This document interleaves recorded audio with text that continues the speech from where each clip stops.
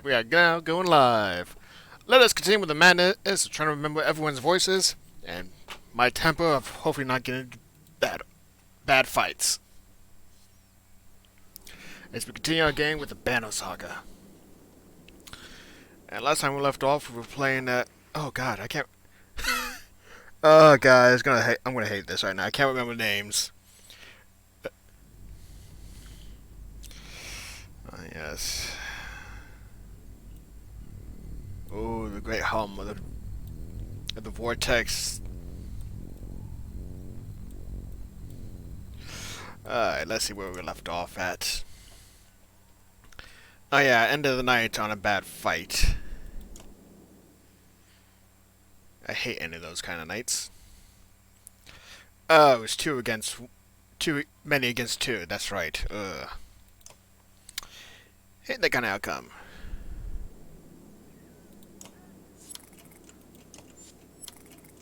Couple days of rest.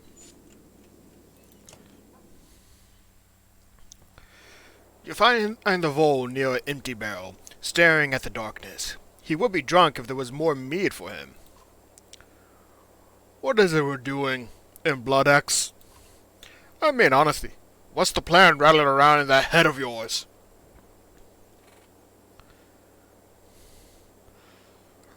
Oh, guys. Gotta get the voice ready. I'm trying to keep us alive. And you don't find that strange? A raw berserk playing dead mother to a bunch of humans.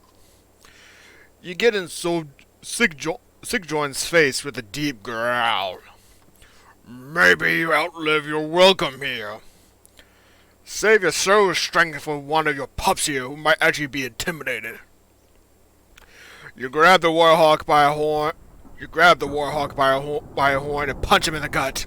He doubles over, coughing. Wow, that's The red-headed vole grunts, rearing up with a punch that catches you in the chin.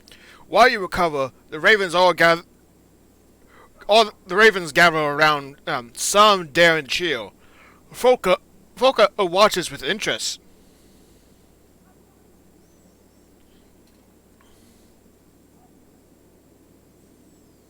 I'm gonna try and wrap him up and slam him into the ground. You rush in and grapple Sibjoin on both of you are fighting for an advantage. Everyone else moves back, giving you two a wide berth. When you finally get a hold and throw him to the ground, he rolls, grabs a pot of boiling soup, and lobs it at you. Oh, damn that bastard. You bat the pot away, but the liquid splashes you and you roar in pain. Sibjoin's face drops as he sees the rage in your eyes. The berserk. You cover the distance in 2 steps, not remembering drawing your axes. They slash fiercely, wildly, repeatedly. There's one. Oh no. Everyone stays well away from you till Folka signals that your fury has passed. Even then, the ravens are cautious as they strip Sigjoin's body of valuables and prepare his pyre. I didn't want to kill him! Oh god. Oh god, that's... I did not want to kill him. That was not my plan. Oh god, I'm gonna feel... Wow. Wow, that's one way to start the night. Killing one of your characters when you did not mean to. Oh god. Banner Saga 3 is gonna be one hell of a ride for me at this point. Alright. Oh god. Alright. Oh god. Volko Sifo is speaking quietly to Folka when you approach.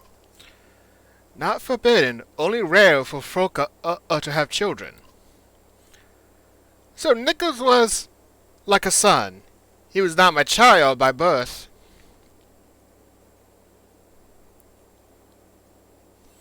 What did you do to him back in the cave? I did the only thing I could. The thing you never want to do. The Volka's eyes filled with tears. I forced a skip in the pattern, which won't mean much to you. Suffices to say that menders usually repair skips, or mistakes, in the woven fabric of our world. They cover powerful, exposed threads until all is right and the pattern is whole. I did just the opposite. You stare at her blankly. By skipping Nicholas, as I expose the thread and use that power to end endless attack. And now that cost Nicholas is his life. Yes, but it is a sacrifice every mender is prepared to make, should it be necessary. How do I know you won't try to skip me when we get to Manor? Because I can't. It is a conscious choice a mender is taught how to make. Silence spans a few moments. A brave kid, then. The ravens will remember him in a battle chant. I'm sorry you have liked that. Was there anything else you wanted to discuss?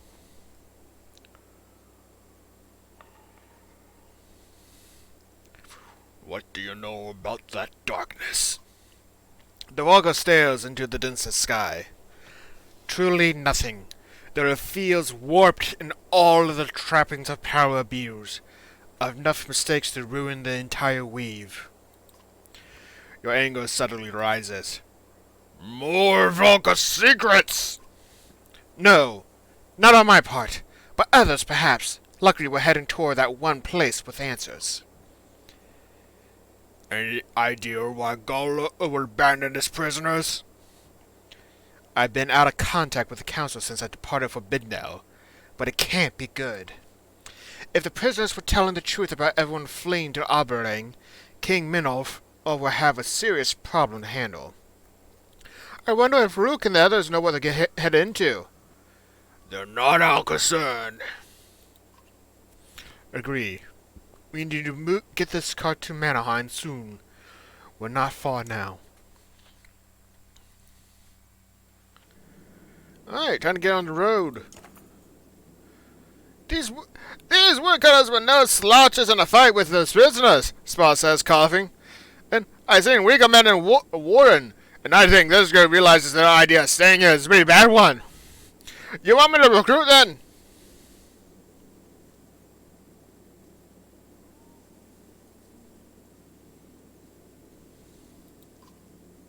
Same as always been, the old wanderer says.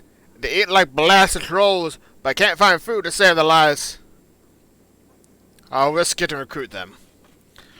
Then times are upon us. I got a suspicion you acting like humans more than any other old alive, Spud says, chuckling until he starts coughing and wheezing for air.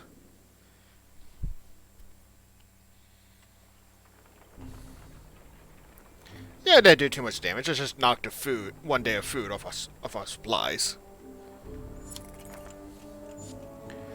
The fighters at the front of the company begin hacking away at dense underbrush.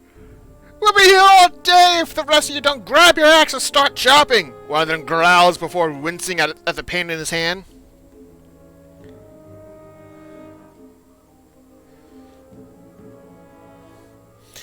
I gotta remember this underbrush scene.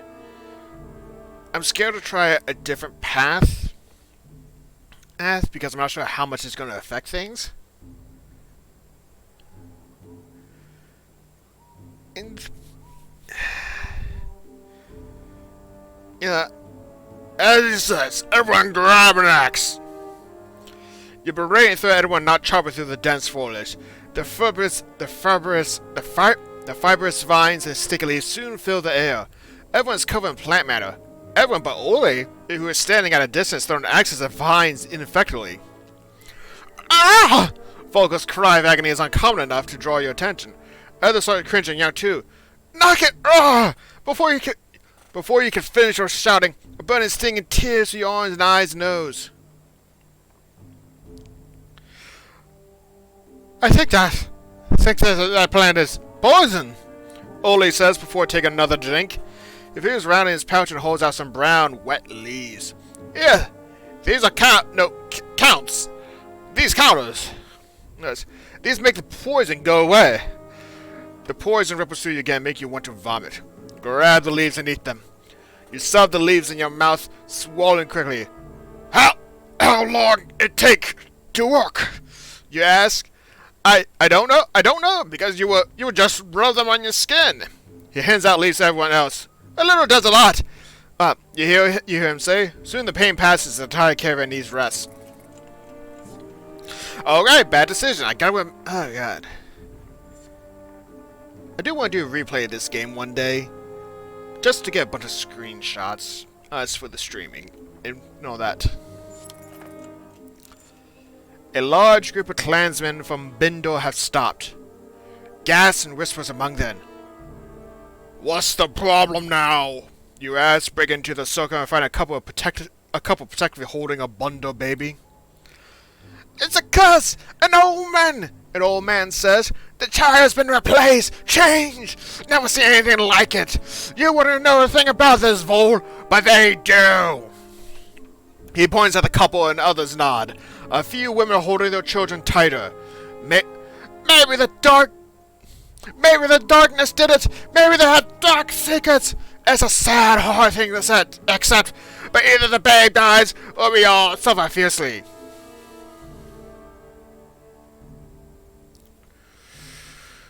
Show me the kid. The father hesitates before pulling the swaddling open. Your experience with human children is minimal, but this looks just like any other baby. Look at the head! Someone shouts. You lean down and see feathers over the ears.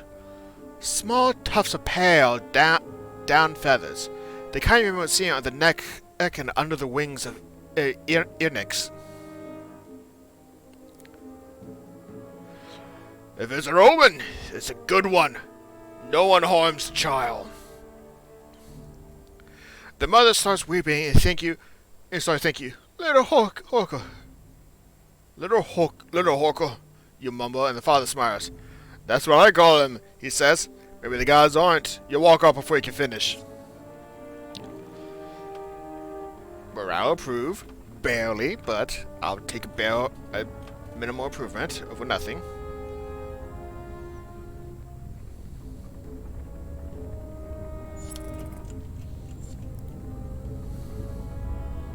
Oh, I can hear the hum of the darkness.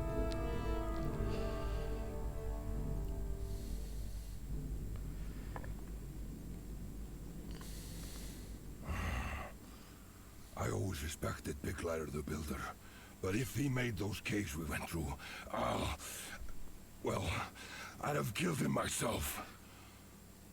Big Lighter the Builder. That I actually like that name.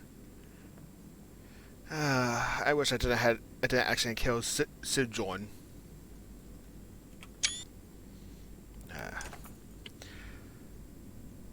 You're not supposed to stepping on these Karens, Spot says, hacking. Many a foolish pilgrim have given their life at the base of this frozen cliff. Hey, don't try working one of those stones free either, or you'll bring the whole damn thing down on us. He glares at Oli, who pulls his hands away from stone quickly. The pieces of God, he just said the name. I can't remember how to pronounce it right. Bagalas, Godstone, put together without mortar or dab, represent the mastery of the god's own skill. In life, he traveled the land, laying the world's cavernous foundations and raising mountains. He was ever regarded by the other gods with a wary respect. For one who knows how to put things together will also know how to take them apart.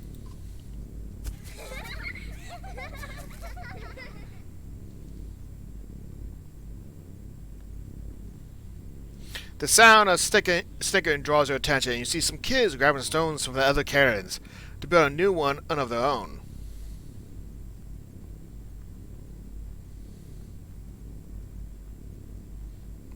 Grab a stone, toss it to him to add. The stone you pick is bigger than anything they're using, but they are amazed at you contributed. The kids find a way to support its weight on top of all theirs, laughing and chasing each other away when it's all finished. An uneasy feeling washes over you, and you scan the ravens, clansmen, and Belarus Corp for any threat.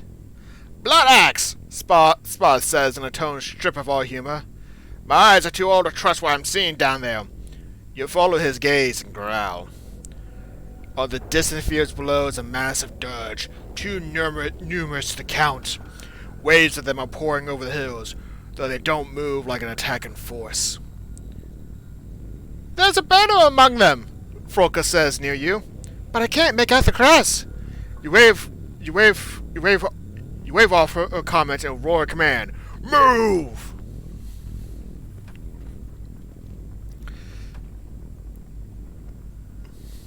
I do know what this is going to be right now.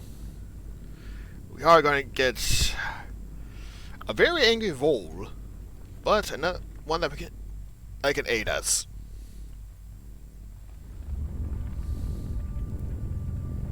Oh, just hearing that hum.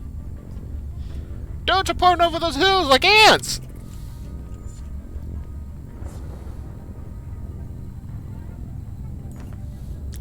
Several ravens report a large hole in the ground nearby. There's strange marks all around it, one says. Some look fresh, others don't. Others look like they've been there as long as the mountains. Spud looks up. This hole has smooth sides, about as deep as of old, he asks. The men nod and spur grunts. Stay away from anything that leads back into the ground. Those all cheer at your words. The memory of the cave is still fresh in the mind. We don't need that problem now.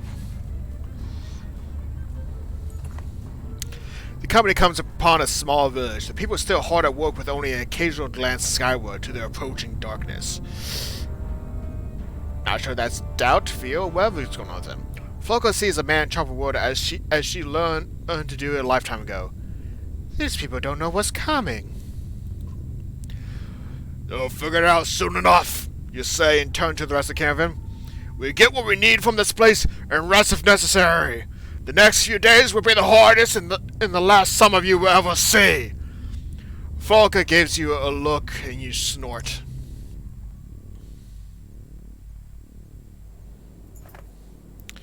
As you instruct a man to check the cart wheels and yak straps, you hear someone says, hello again. You turn quickly and see the man, Dutch. Quiet as always, but wisely out of your immediate axe reach. What do you want, you ask? Well, just I was scouting around this place, you know, Dutch says, and I went up on a hill to watch the dirge. The banner we saw is from Inotov. Inotov. You grimace as the town's name floods your mind with images. A giant bridge, hundreds of old, Ivor in your way. Your anger focused just beyond him.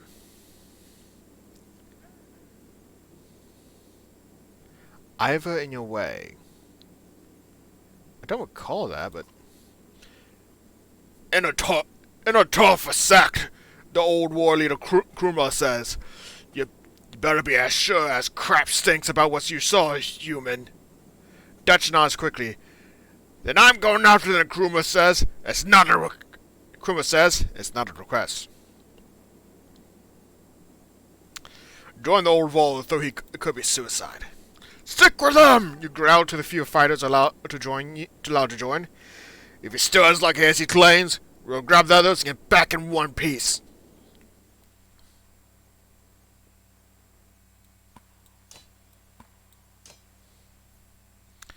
Let's see. I always need...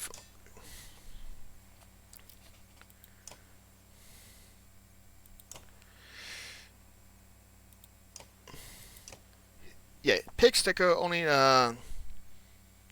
does critical strike damage bonus.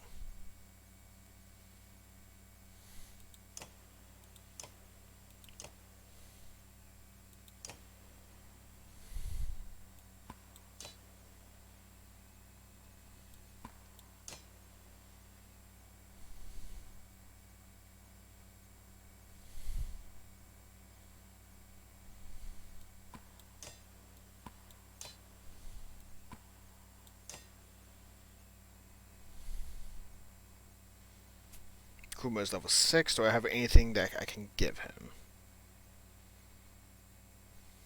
Oh, no, I don't. Okay. Technically, I believe I need a...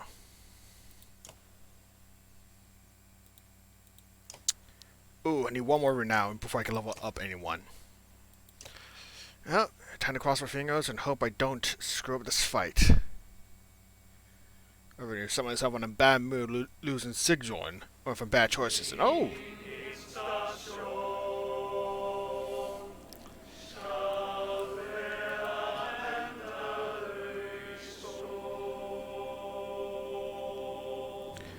The Salko can move through allies.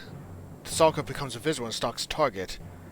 How the Salko reappears in tanks, seeing as Pac-Mans to attack the same target. He can summon an ally to battle. Slab Hurler. Droomflyer. Shockwave does armor break damage. Hot Ash Remnant hurts enemies in Men's Dirge. When a Stone Singer is... Oh, when a Stone Singer is hit. Alright, so there's no Stone Singer, so don't worry about that. Drumfire. Shockwave does armor break damage. Hot Ash Remnant hurts enemies in Men's Dirge. Okay. I think one of these...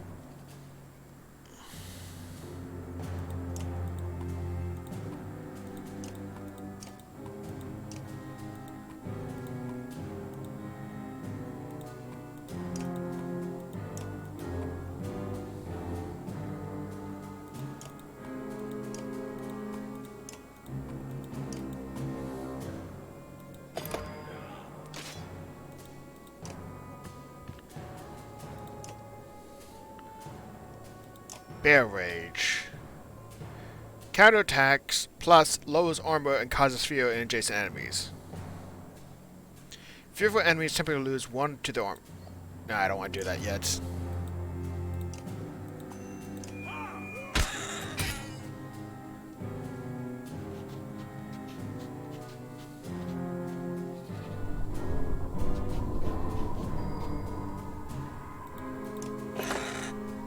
Damn it!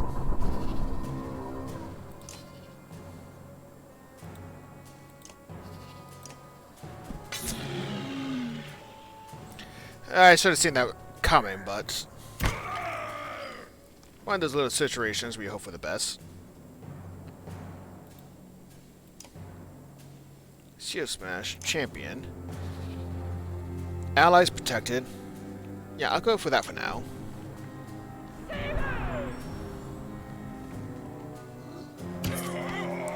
Oh, what the hell was... Oh, that's right. She takes some of the hits. Some of the hit.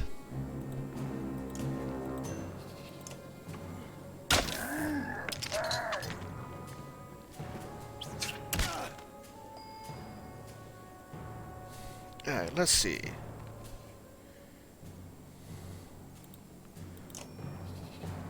Insel has great range, but...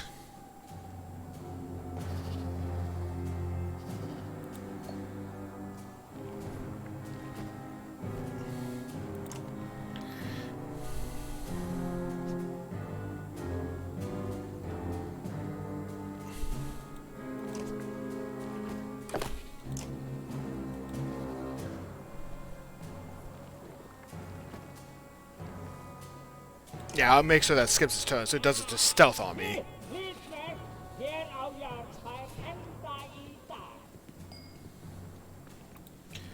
Alright, her abilities, Runic Gale. Runic creates runes of power within a 7 tower diameter. That's a give or take one.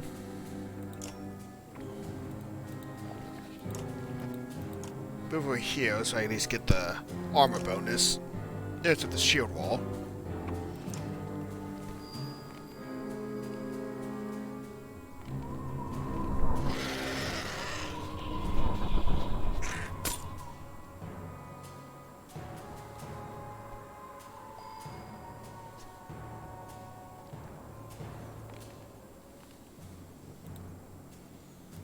I think this is a good time to use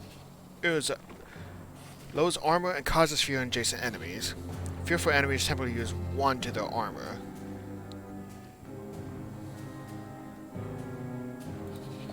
Ah, God, that one's... I'm not sure how to use properly.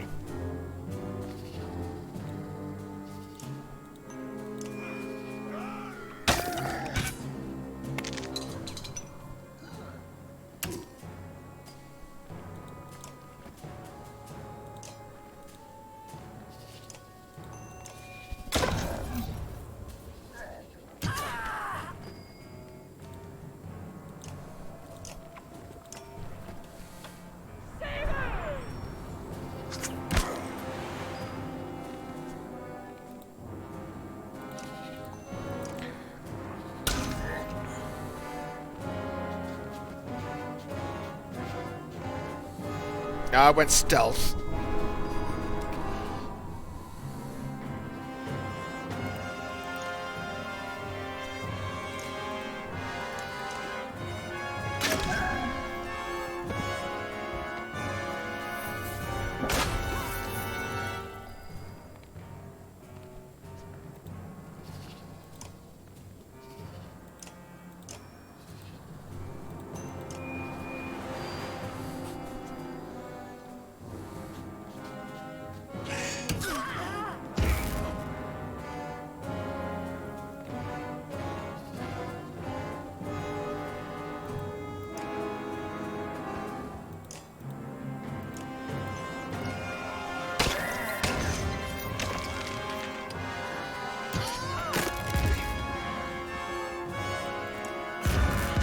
Oh, that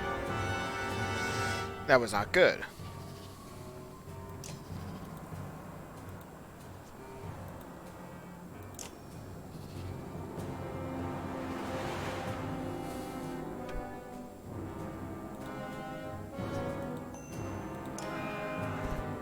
Oh, come on! 10% chance right at the beginning.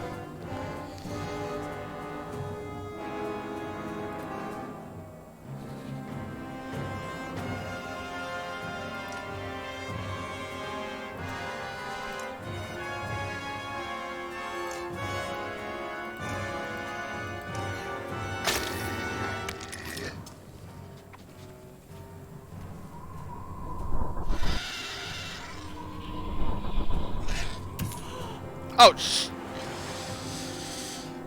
crap, it's starting to turn bad on me now.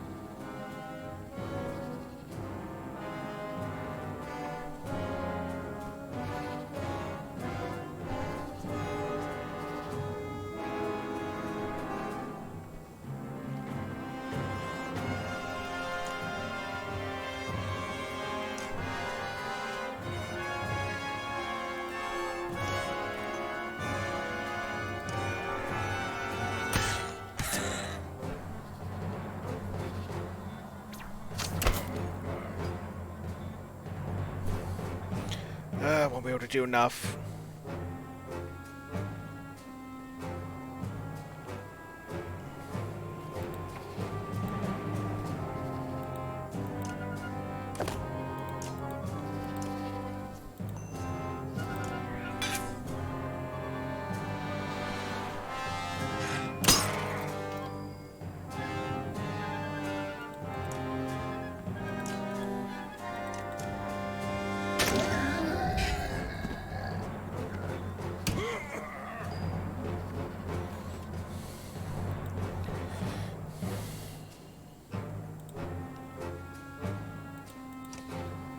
I think it's more effective by using a kill enemy than delay another.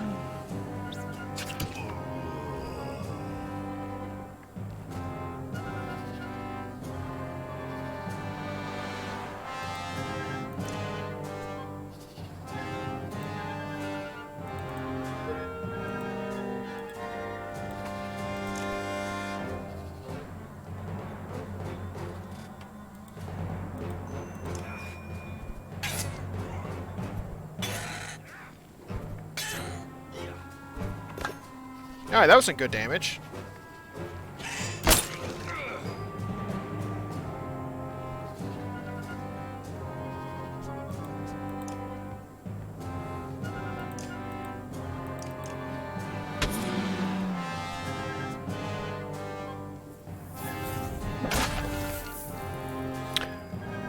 I have questions as to why?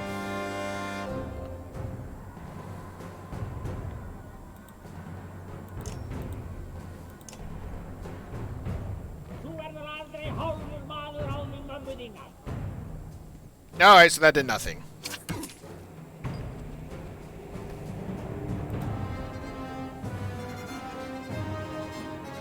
What was his... No, he doesn't have it. I thought I got him a second ability.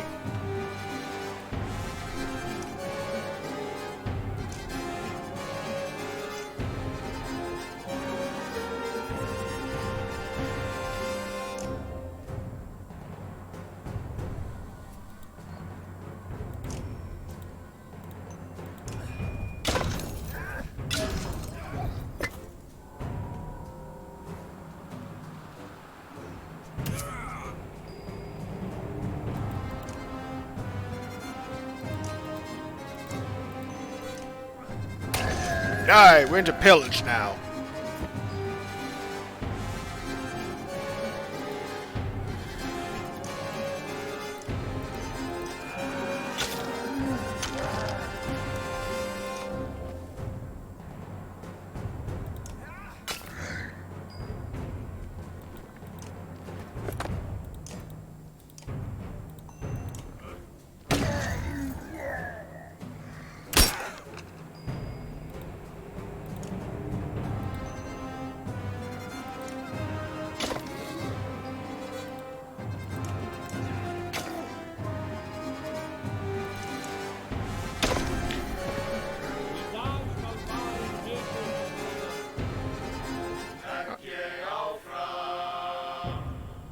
Ooh, I was actually worried for a moment.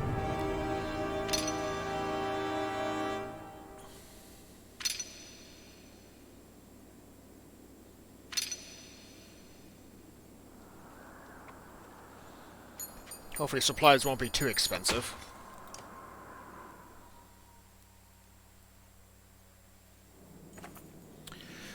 The mangled appearance of a vole stands in front of you. You're long enough to shout, "You want to stare at me, or get out of this fine mess?" He and the other vole fighter loop past you with all the strength they have left, knock away any dirge that get too close. Once back in the village, the deep tones of the scarred vole utter curses you never heard before. Then he sees you. "You the fan leader of these pathetic humans?" Oh god, no, I feel like his voice is deeper. The Shiro Bango asks you. "These humans are the ravens, you say? And I'm Bolric. Who are you and why do you look like you were spit out by a cold bear?" The Volt stares at you and then cracks what might be the smile beneath all the facial wounds. "Fosalt, former commander of what was Innertov," he says. "You might recognize this one beside me." You glance at the Vol, one with barely any horns or beard. Kveg. Kveg, you ask. "What in the death?" Kveg is the youngest Vold, the last one made. "We're all that's left of those who fled Gurfheim and stood against Belarua at Innertov," Fasalt says. "Kveg, run and get us some damn drinks and eat some meat. Bolvek and I need to talk." And I need to destroy my voice. Some serious runes on that one. I always figured the ravens were a myth. A vole always being around so many humans doesn't make any sense. I need fighters, and there's a lot more humans to choose from these days. The scowl leaves Fassalt's face for the first time, a distant look in his eyes. "I'm alive by luck alone. No skill with a weapon or desire to kill could have seen me through that. Innertov was a massacre." Fassalt grows quiet. "What happened back there? More death than I've seen in all my centuries combined. Belarua led an incredible force against us with such precision. He moved his hordes of fighters around unlike his own arms and legs. If we fan cut one off, he just grew another. Why do you feel proud? Why didn't more of you flee? Yundor, he decided to make a stand. I was left for dead. Woke up to actual ravens pecking my face. Damn near got my eyes." Fasalt grows quiet. How did you make it through the fields of Dirge? This stuff behind us, fan easy. Those aren't all Dirge warriors. They may all be armed, but they're mostly families. Most won't bother you if you leave them alone. Since when have Dirge ever left us alone? They'll still kill you if you stick your ass on the ground for too long. But I'm telling you that what I've seen. Most of those Stones bastards seem to be running scared. Most. Seems to be a number of them hunting something or someone, though. Fasalt grows quiet.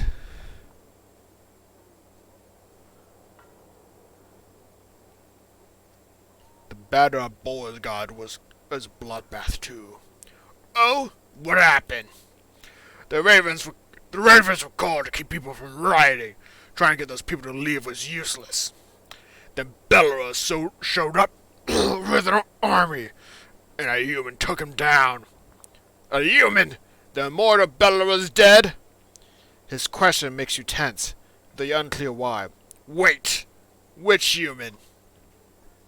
A girl, daughter of a hunter named Rook, shocked the Shundo with some sort of Volca arrow. The Vol's demeanor changes. He's growling. Is Rook still alive? Last I knew, he was leading the group to Aberang. Why? Because I come all this way with a friend message for him from our former king. Fazal's eyes, accented by the toned skin, looked deadly. If you're heading west, I'll stay with you to the old ford. You have more questions, but decided to leave the Vol to his brooding thoughts. And I need to take a drink of something.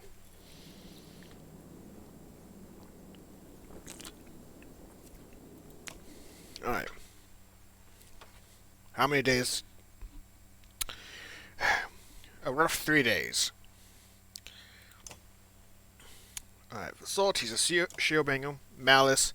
So pretty much he just tells everyone to attack him. You know, his targets certain enemies to attack him.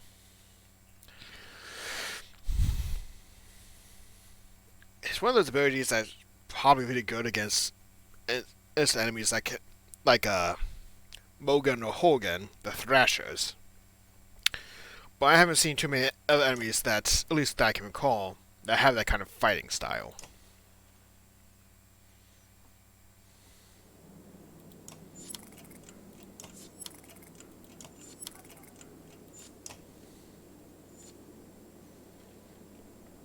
One renown gets us 2 supplies, not a lot.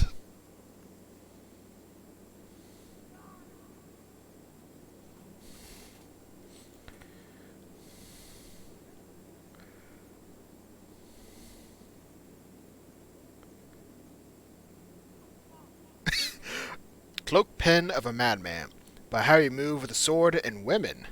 Now that sounds like an interesting story.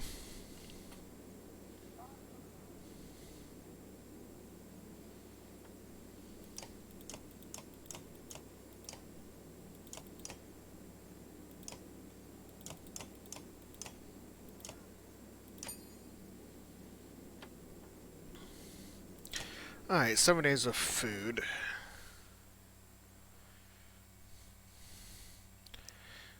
Well, 7 days of supplies. We're at a village and we're going to the Old Ford. Along with Sphere Gate, the Old Ford is one of the early constructions of man that remains from days when Aberang was a modest series of farmhouses. Also, much like Sphere Gate, it sees far more traffic than its age and construction can handle. Though it will most likely remain this way until it crumbles on its own weight.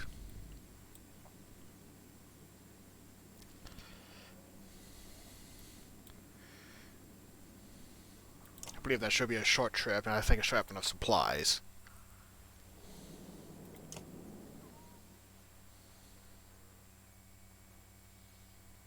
And I think for the most part I'm going to level up Ole, because I know that his second ability choice, I don't care for run through. It sounds nice, but this game doesn't feel like it gives you much need to go through enemy lines. Stonewall, nice ability, but I think I want Stonewall for someone else. But I'm thinking, given and the bloody flare. Because even if I can't damage an enemy, that's like at least 4 damage. It's pretty good if you ask me.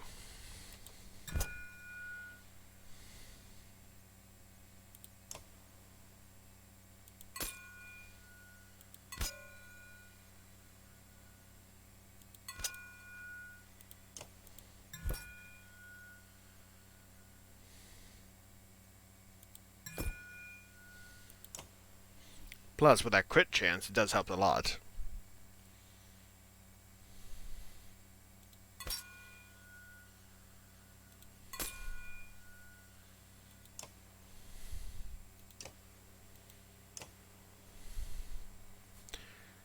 Alright, so we got... So, I lost to Sigjoin, but I got it for Salt. Not... Tell the truth, I didn't use either or very much that often, because the timing was always difficult to do. But time to get on the road and hope for the best.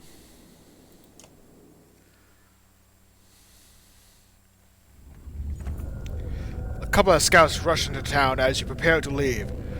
"They're closer than we thought!" one shouts. "It's like the Dirge don't need sleep!" The fear in the man's voice courses through the fighters and clansmen. In 2 steps, you near him, backhanding him to the ground. You turn and face the caravan. Men try to act strong for the families while the Yarks belter nervously.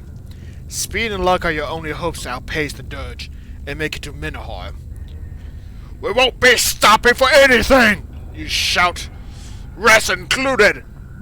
This is what we call a death march." But what if we're attacked?" the Valka asks. "The wounded would need rest." You shake your head.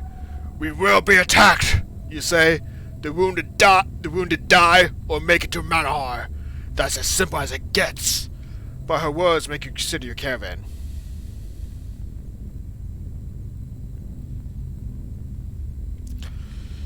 "Move out and lead the fighting to those who know how." The caravan responds to the command without complaint. You even see a few smiling at you as if you've done something good by just getting them moving. Stupid humans. A good thing I'm a Gnoll. Or a Hyena.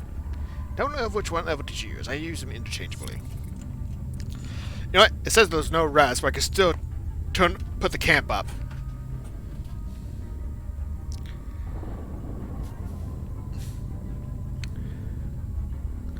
From over a hill, Dirge emerge, arm. "Let me interfere with the other side of this lot," Spurs says before coughing violently. "Keep going. We know where to find you. And we all know the danger we're in, so don't go getting soft and set it all on me."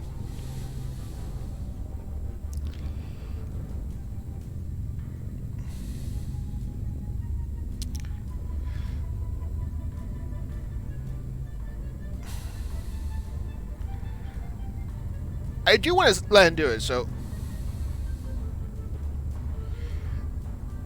Send a dozen fighters to keep the Dirge at bay. "Do what you can, old man." Spurs smiles before heading off with a dozen others. The caravan moves on, untouched by the Dirge.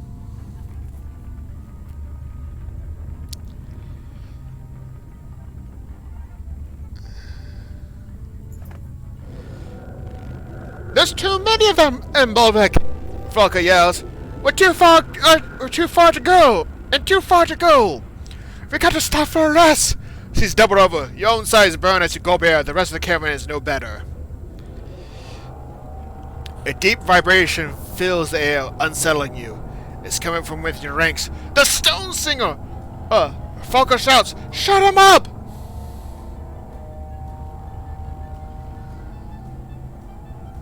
"What's it doing, Volker?" Sifril's head is turned, trying to make out the complicated sounds. I can't be certain. Something about our location, but there's more. He's begging, but for peace or to be saved. I don't know.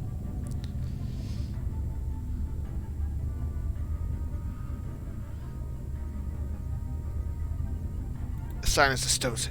Grabbing the Stone Singer's wraps at his chest with one hand, you lift him up from the cart to slam him back down. His head thumping the hard wood. The sound immediately stops.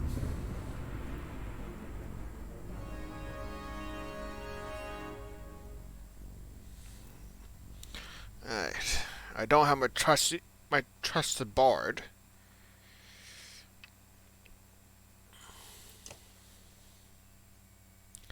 Can't promote anyone.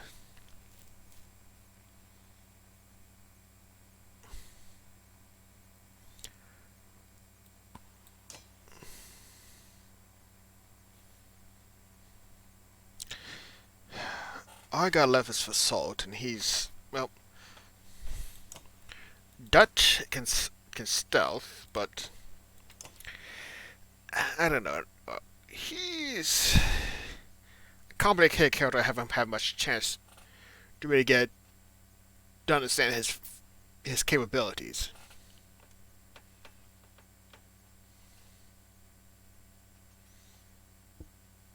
And knowing when to use it is probably the hardest part.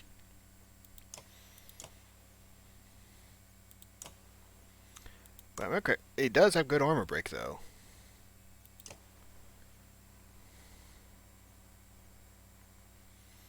We could get Mogan. Wait a minute. He has 4 points available?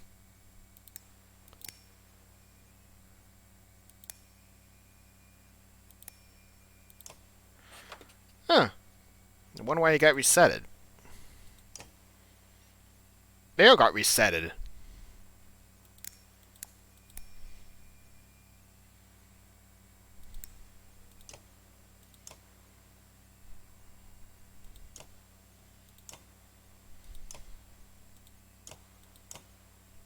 He has 8.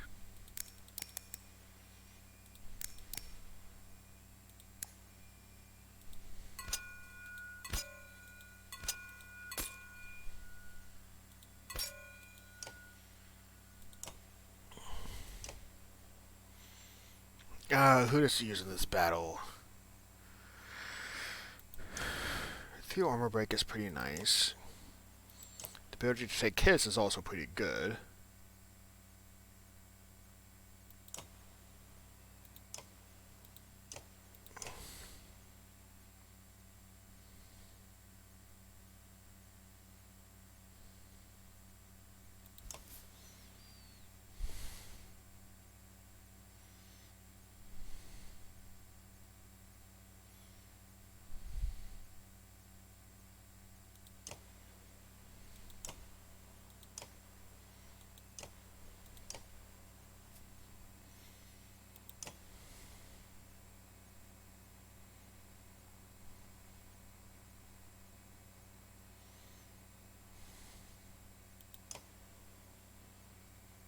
Okay, I can never decide.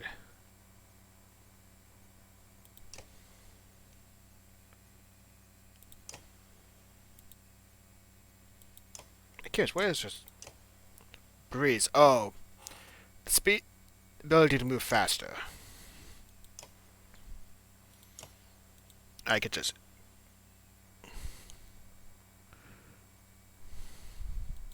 He could take a hit, but I can't really break right now. He can break.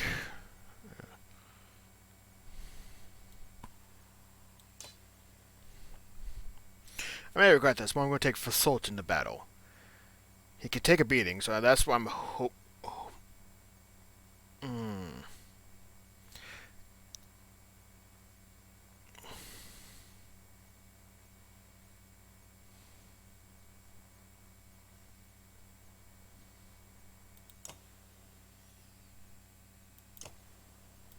I really need to promote him again when I get a chance, but... Yeah, I think I'm just going to go with this roster for now. And hope for the best. I still wish I could just change turn initiative, but... Oh!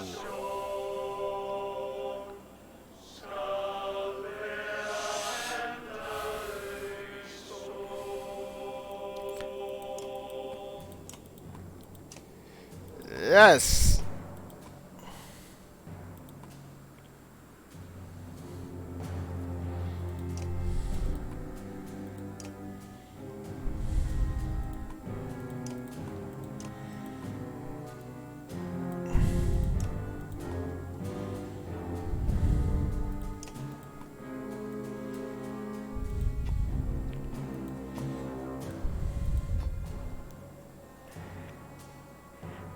Disease strike, which is going to be a pain.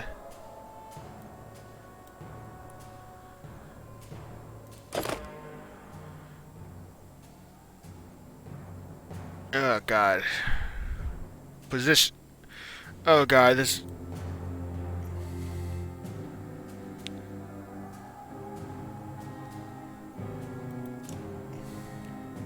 He's tired.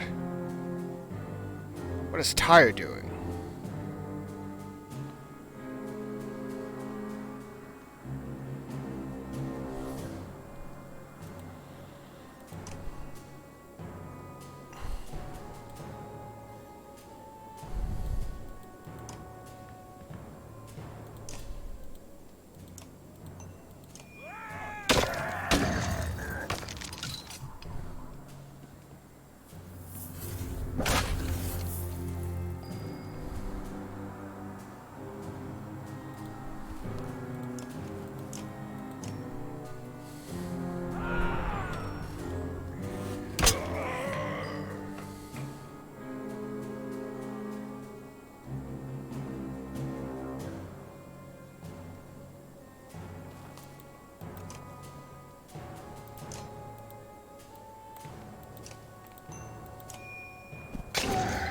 Oh!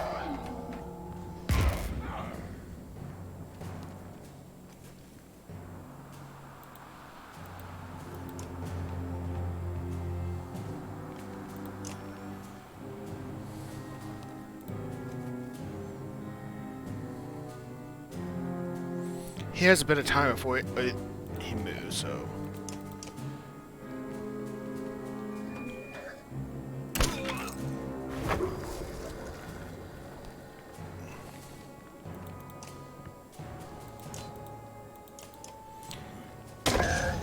That take care of the ranged threat.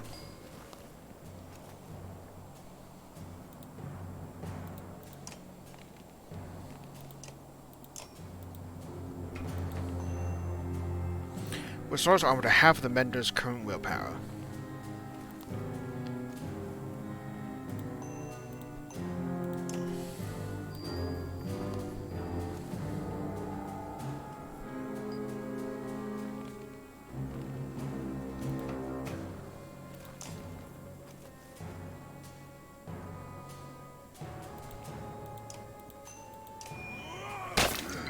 Oh, come on!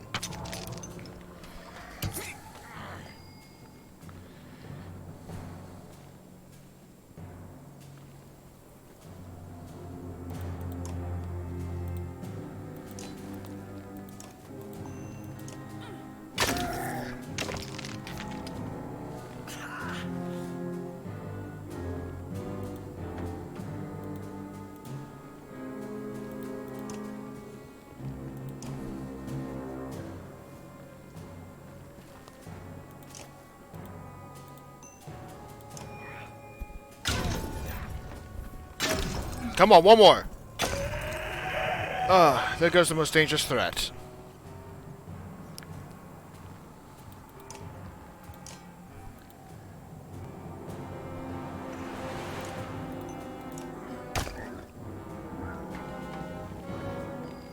Skipping turn. Why do they keep on skipping turn?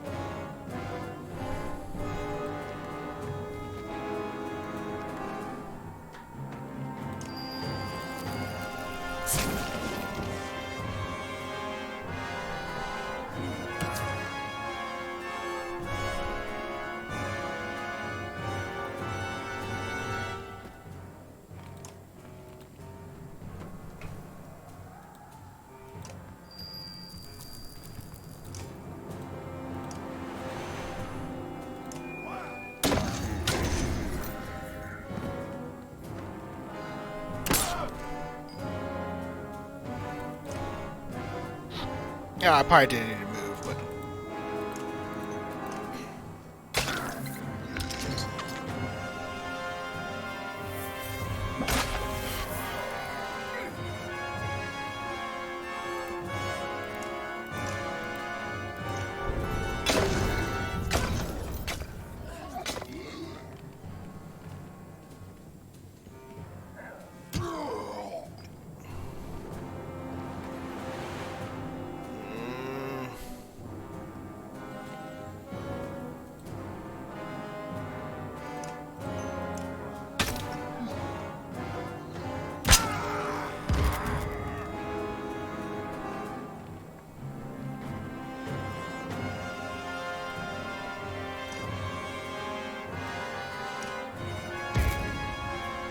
I thought it was clear.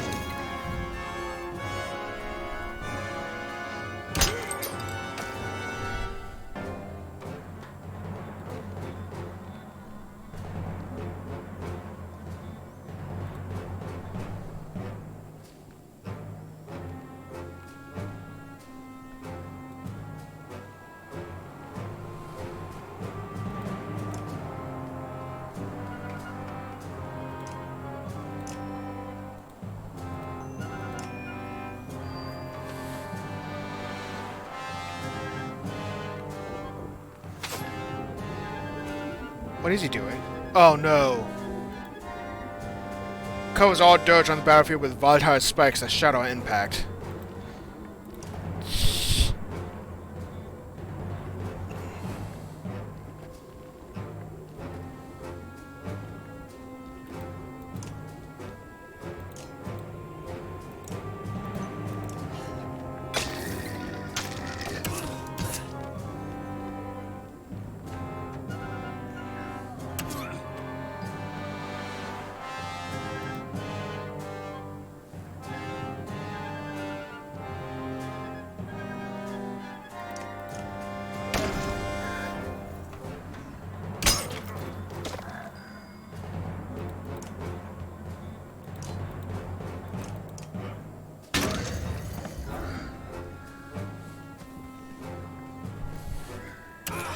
Oh,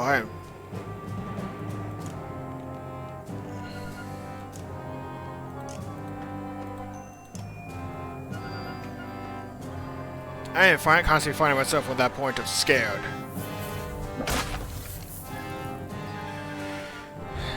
But thankful that when the enemy does something questioning, I don't have to worry about too much.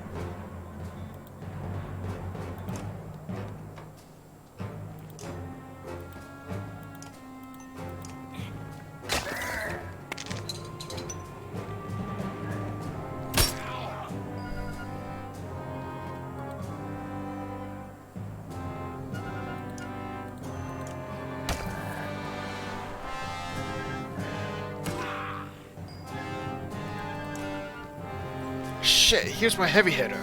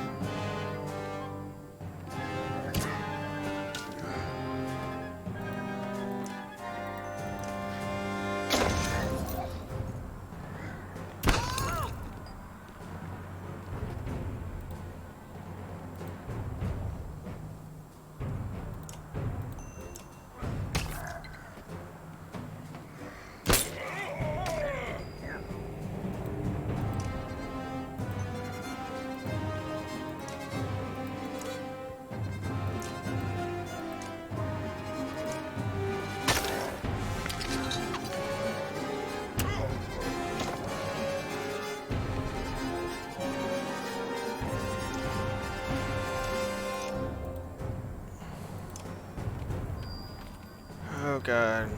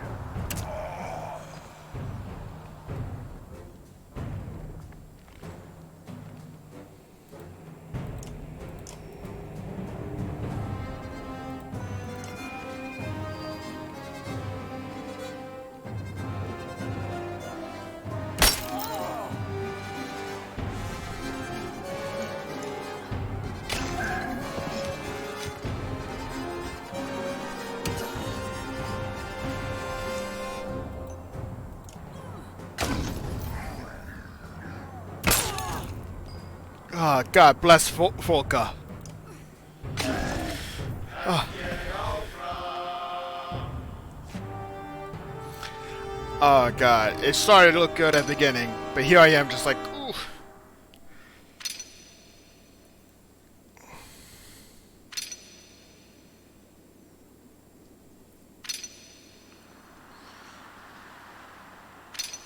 You'd think I'm doing this on normal difficulty.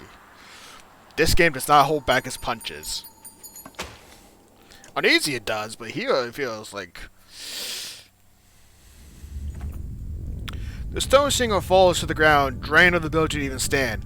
Silverfoot stops you from approaching him. He was calling to the others to leave this place, he says.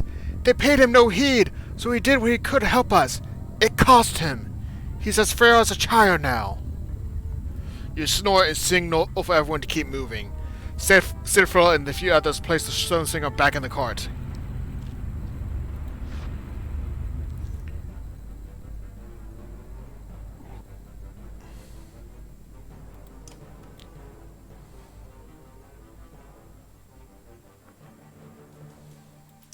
$3 days. I think I can afford that.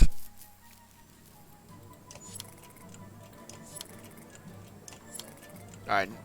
Oh god, I literally cannot stop for anything else now.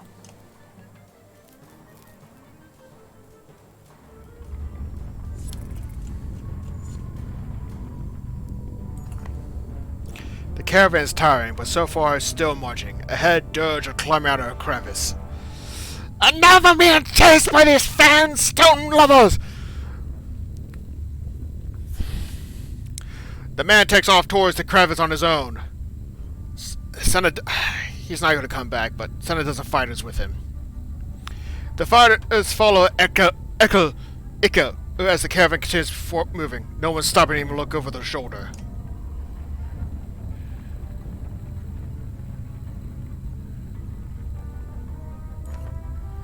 The ravens are making good time despite growing tired.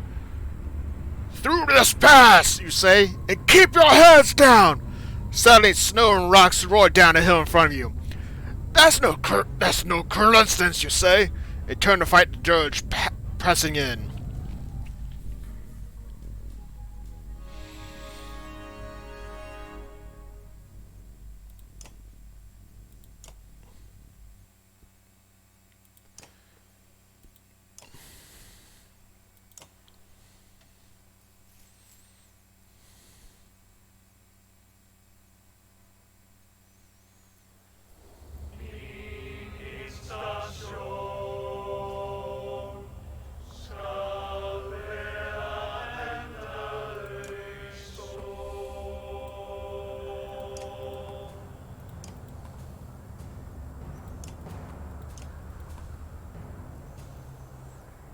Oh, purple.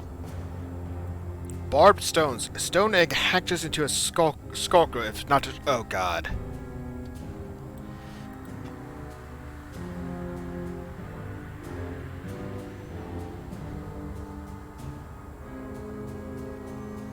Got 2 stone singers. They're not bad, it's just the disease part.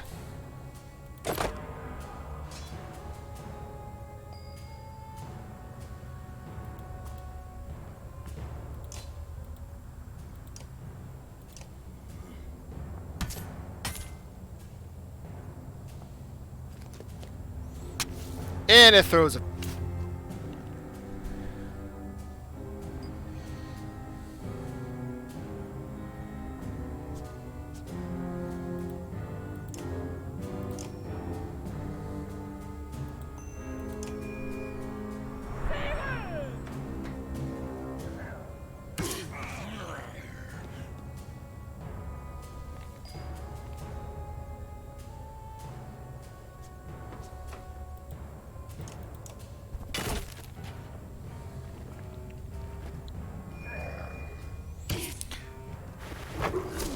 Oh, God.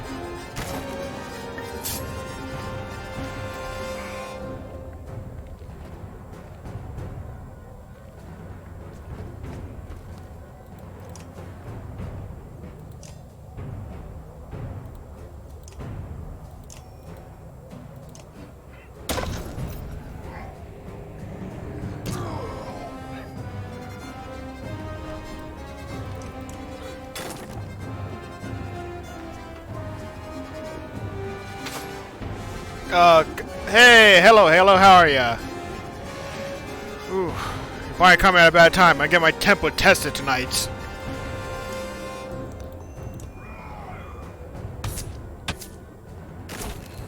But how you doing tonight? Or today, or whatever your time zone may be.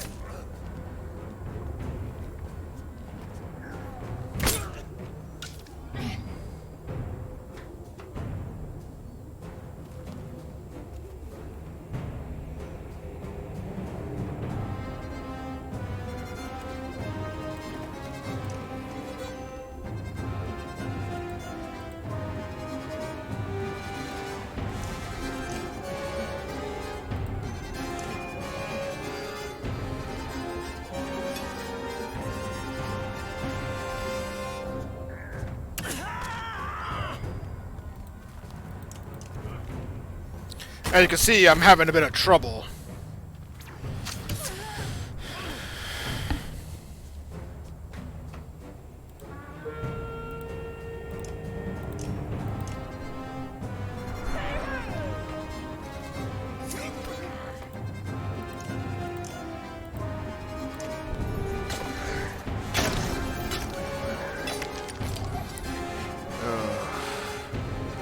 Alright, let me know if the music's too loud.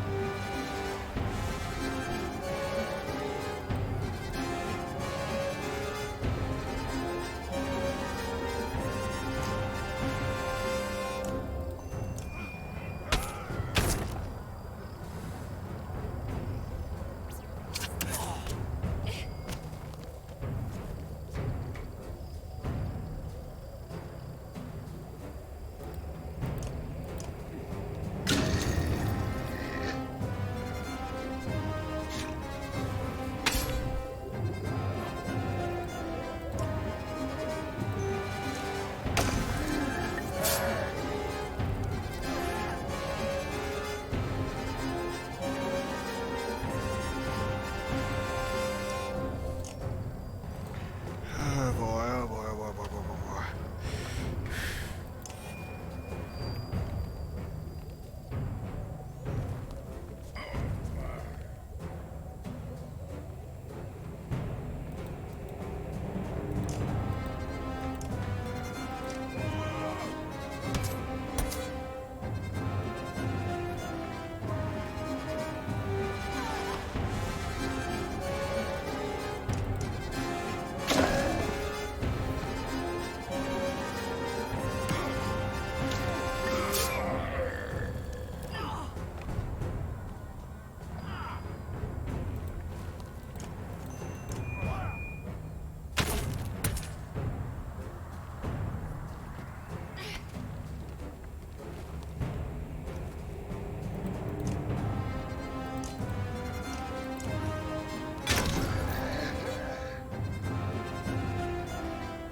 Actually, this may play to my advantage if I do this right.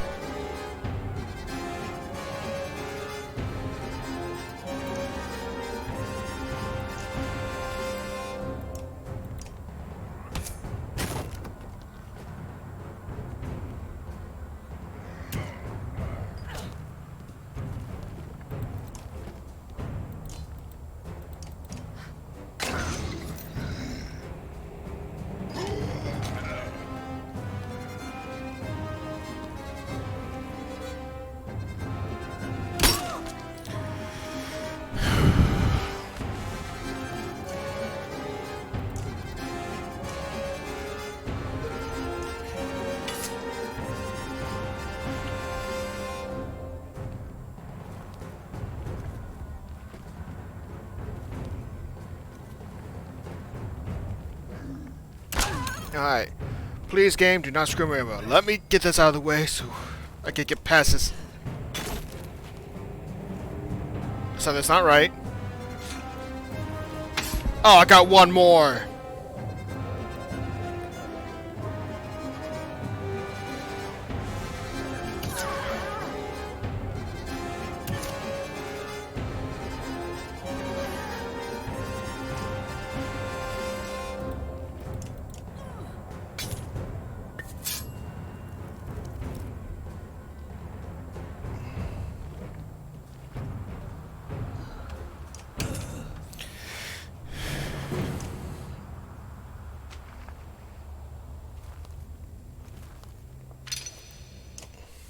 Oh god, well, Halo, you can see how I'm doing tonight. As my blood goes... as my tempo gets tested.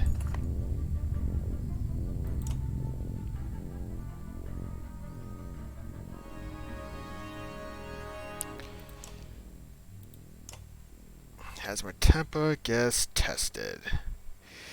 Yay!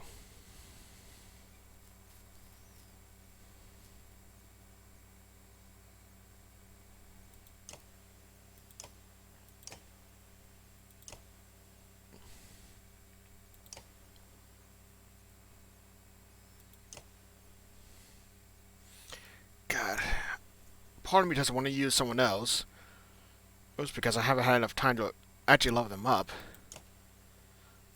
But part of me feels like I don't have enough time.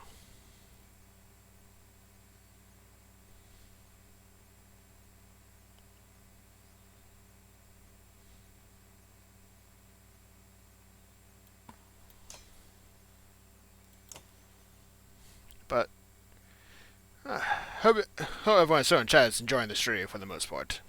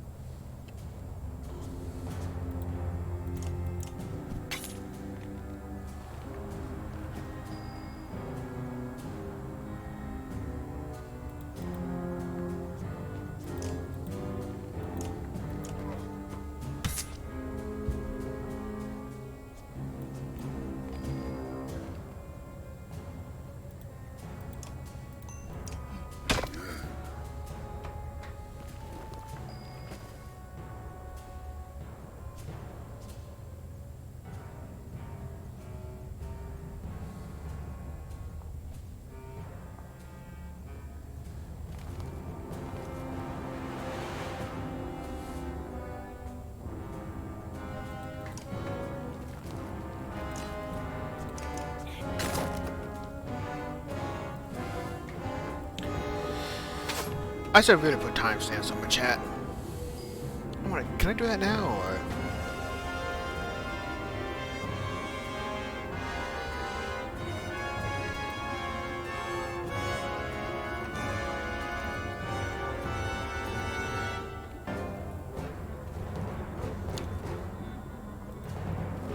or? Okay, do I get timestamps?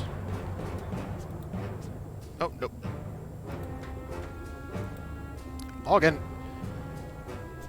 Twitch, you're drunk right now. Oh, God.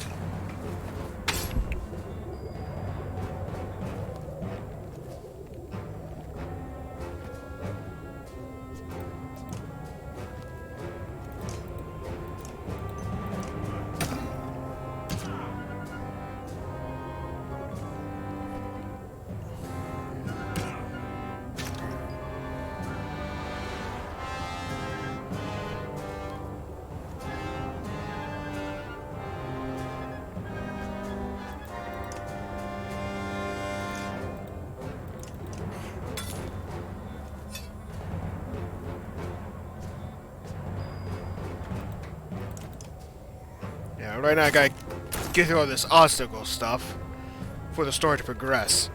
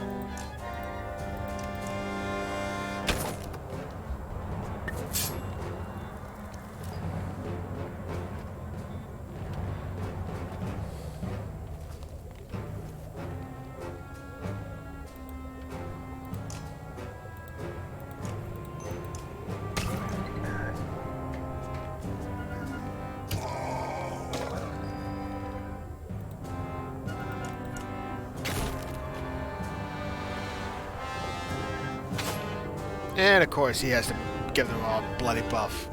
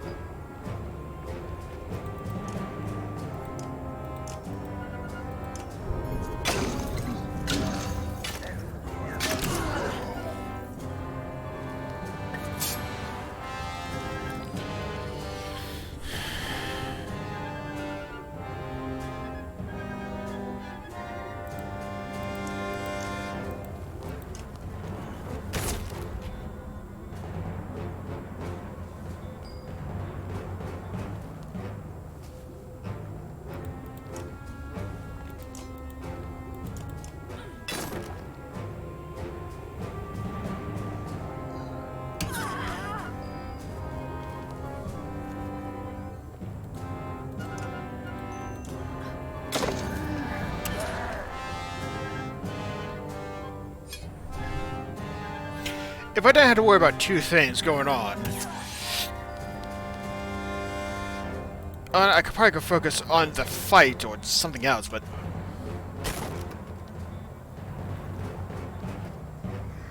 Wait, am I missing? Oh, thank God! Goddamn game was scaring me for a second. I was like, do I have to kill these guys now? Because that would have been nice. Oh God, I was scared that I had to fight these guys. And that would have been bad with the current team, with the current survivors. Yay, 3 renown!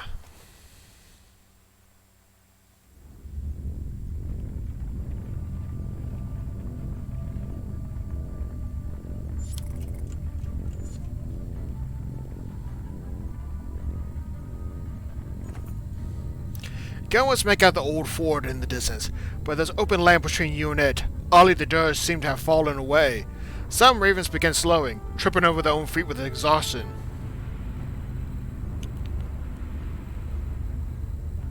Krumba, the old war leader, speaks up. This reminds me of the embers that sprung on Thailand, the craziest chieftain of men I ever fought.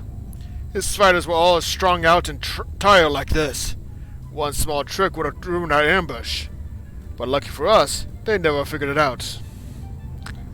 What are you getting at? Bah, never mind the details, the old wall says. Let me take some fighters to handle the situation. Don't make me regret this. You're too young to have regrets, Krumba says. I've only had 2 in my life. One was sleeping too close to the fire in a great hall after eating eggs for 12 days straight. I'll tell you the second another time. A dozen fighters take off with the war leader. disappear over the hill.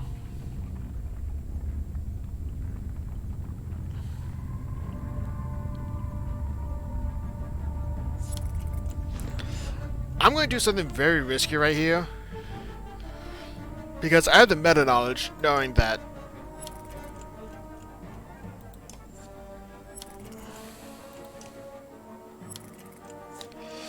like I said, the meta knowledge knowing that there's a fight coming up. And I have no idea to remember if I'm going to have enough fighters at the end of this. Gods. Not enough fighters, All but places to make a final stand. I bring us to the old fort. A human bridge that should have crumbled 100 years ago. I know there's going to be a fight coming up, so...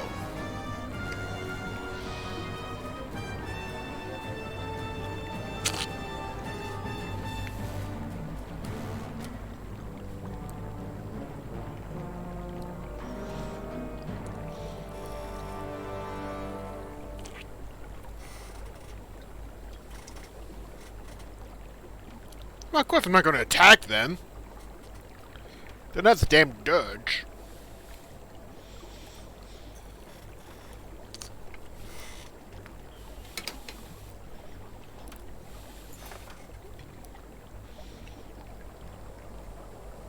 Shield wall, you say, or you think you say. Fatigue hinders your every thought. No one forms up as a large group of humans approach from the buildings near the old ford. A small, stout man leads them. Mercenaries, eh? You don't look worth a damn, let alone corn. You reach for your axes, but a few spearmen make it clear you shouldn't. Easy! The last thing we need is to spill each other's blood before the dark wall or the dirge get jammed, eh? The dirge. The word echoes in your head. They don't know what they're doing. The man makes a face, and even Volker lifts her head enough to squint at you. Well, we're charged with keeping this route open for the clans that went into Albarang, the man says. So we know we're going to be killed as many of those dirge. We know we're going to be killing as many of those dirge as we can. Threats and commands come to mind, but never make it out of your mouth.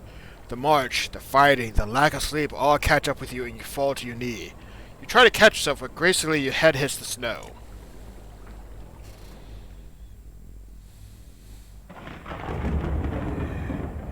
Darkness. Purple lightning and a dark sun. What in the depths is this? Sensing you're being watched, you leap to your feet and reach for claw and fang, but they're missing. You roar in anger. The short man by the entrance takes a step back. Easy, Bolric! No one's trying to harm you! You get to your feet, head pounding. Where are the ravens? You ask. I woke you first, he says. But that doesn't need to get up too. I'll let you sleep as long as I dared, but we're almost out of time. He motions to a side table and you find your axe is undamaged. Who are you and what do you want? My name's Hodor. But that won't matter in a few hours, the man says. We came from Echo. We're the rear guard of the clan's army that went to challenge the king in Albarang. With axe in his hand, you ask, then what do you want from me? Wait, the rear guard of the clan's army that went to challenge the king. Oh. Well, I'm no battle leader, Hodor says. I'm just a skirmisher like all the rest here, and proud of myself for not running off already. Plain and simple. You know how to fight. So tell us what to do, and we'll do it. We got fighters who could use some tips and some encouragement, Hodor says. Maybe we could build up some stake walls with parts of the building. Up to you, but you don't have time to do much, and no one's expecting miracles. Regardless how this plays out, I'm glad you stumbled in here when you did.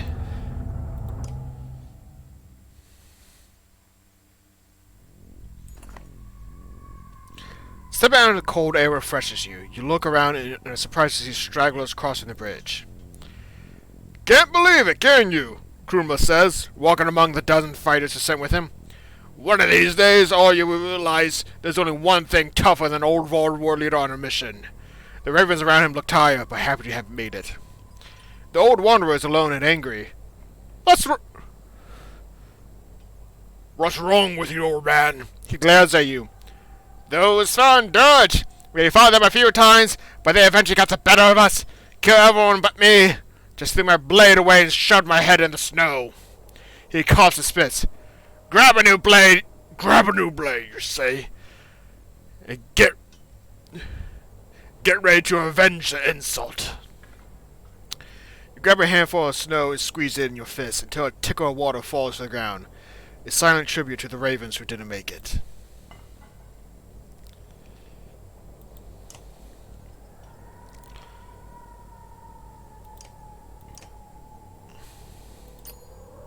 I probably didn't need the supplies, but in a situation like this where there's not much, we're making a final stand. We need fighters, not I'll take warriors over defenses right now, because if people don't know how to fight, it's not going to mean much. The fighters, men and women from Aku and a few other northern towns, watch you as you approach. Show me your shield wall, you bark. Only a few of them move and raise their shields, so you charge them, sending terrified humans running and skidding across the ground. Scared or fine undisciplined, you shout. Either way, you'll be dead in the first assault. Shield wall! This time everyone runs to lock shields and brace with their shoulders. You still break through, but it's a better effort. Falca and a few other ravens join you to correct stances and swings, but it's the arrival of clansmen from Bindo that surprises you. You never had to get us this far, but you did, a man says. Time for us to pitch in. Hopefully we won't muck everything up. You show the new volunteers how to reinforce a shield wall. After an hour, you tell everyone to rest and get ready for your fighting. In private, Volker asks, "Think it'll make a difference?" They're making a stand, so it already has. Sometimes you impress me, Volker says. Just when I think you hate everything, you say something that shows you haven't given up on the rest of us. You grunt and walk away.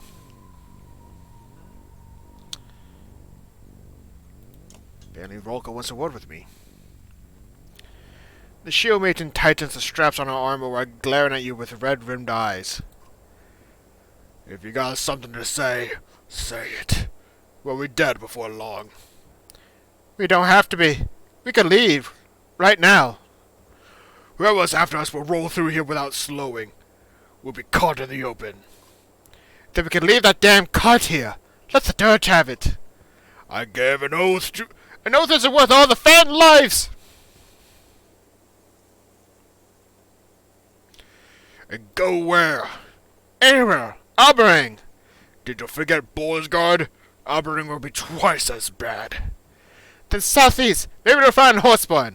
Or we can take a long trip west across the Vass. You stare at her, having seen in desperation fighters like this plenty of times.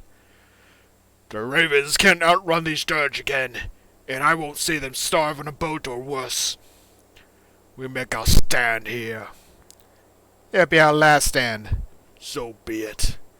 Falca clenches her jaw, her eyes water. What would you do if the person you followed for years was no longer the same?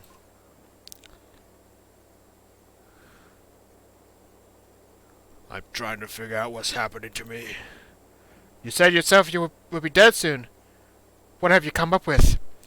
There's a voice in my head, growing louder. I've been fighting to keep it quiet. Bellerwa's voice, probably. But Bellerwa's dead. His body. He's asleep. I think the arrow keeps him that way. Falca nods. The conclusion doesn't seem too far-fetched for her. These dreams are things he's seen. The Volca did something to betray him. They were working with the Sunder? I think so. But this has more to do with Irvine and Juno. They did something. Something bad. I don't even think Zephyr knows what they did. The two of you look over at Zephyr. The Volca stares into a fire, lost in thought. So what does all this mean? Nothing if we die here. Now if we die here. I thought you were already claiming defeat. Gods, you're annoying. If we die here, I think he'll miss me. You begin to growl when a scout's horn signals all fighters to the bridge. If we make it through this, someone in Manahar is going to answer to me. You storm off to the fighting, building in rage with each step.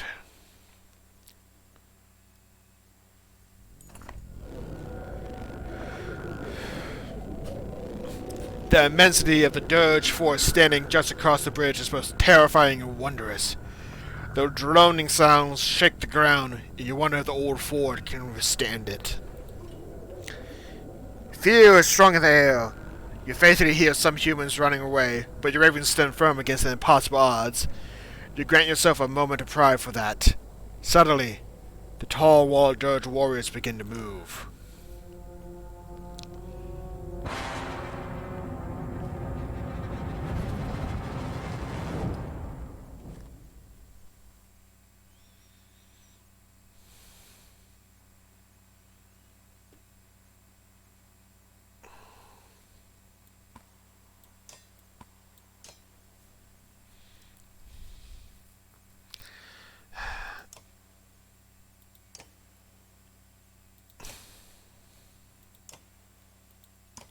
I only have enough to level up one more person.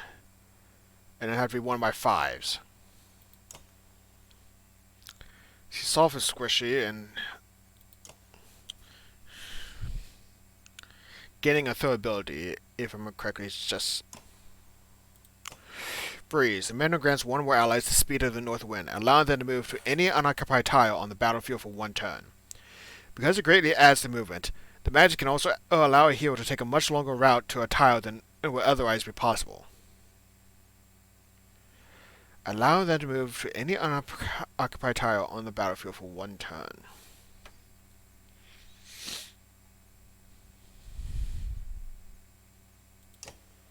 You know what? I just remember there was one more training I could probably try to do to get more renown, and I just buggered that up. And Spur, he just get a tail with tailing. The character exhausts his target to feats of strength and heroism. His words buff an ally for one round, adding 1 damage for every 2 strength the enemy is above the target ally. The buffs have no effect if the buff ally attacks an enemy of equal or lower strength, so picking the right target is important.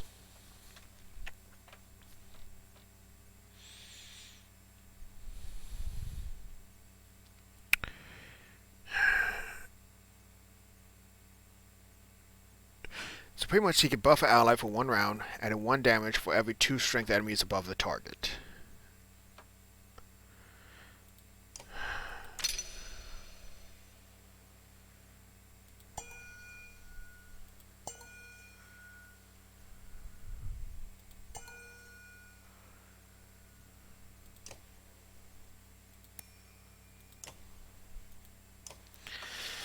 Alright, time to test my metal and test my tempo once more.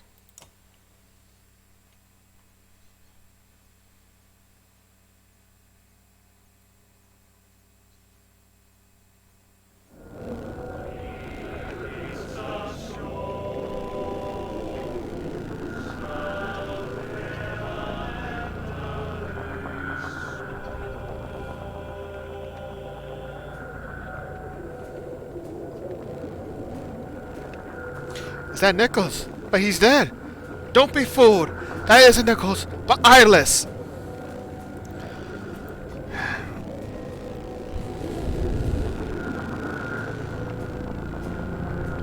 Alright, so we got the corpse of Nichols, who can restore our allies' armor, but I'm not concerned about him.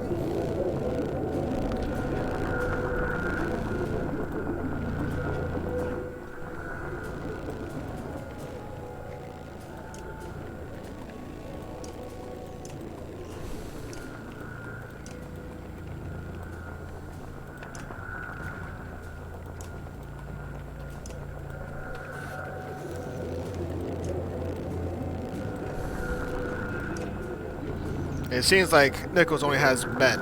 This, which to me is a great advantage right now.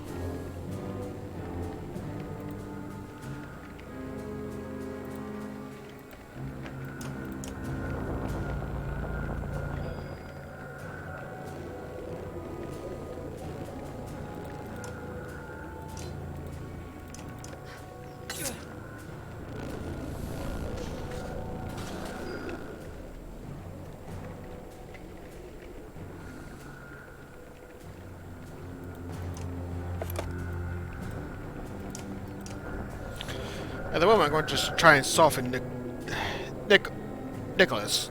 I want to say Nicholas, but I want to say Nichols as well.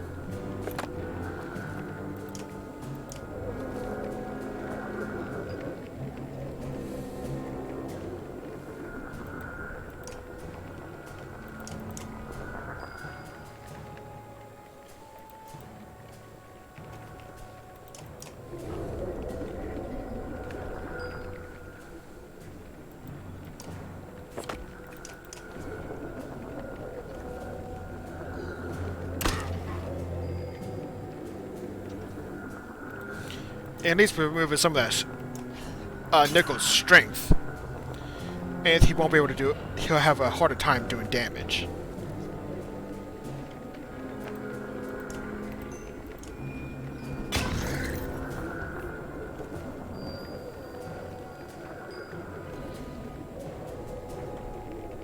Did Nichols just take his turn?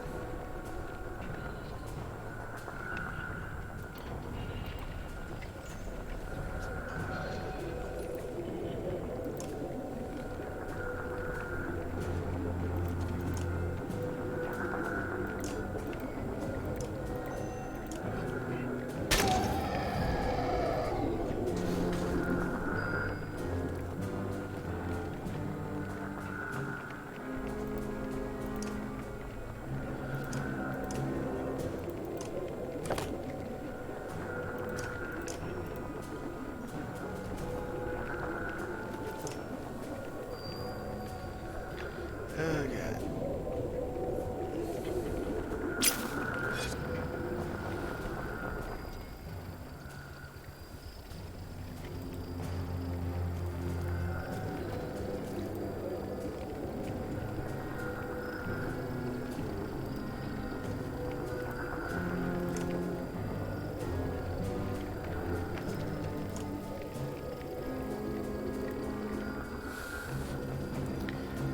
He won't be able to move.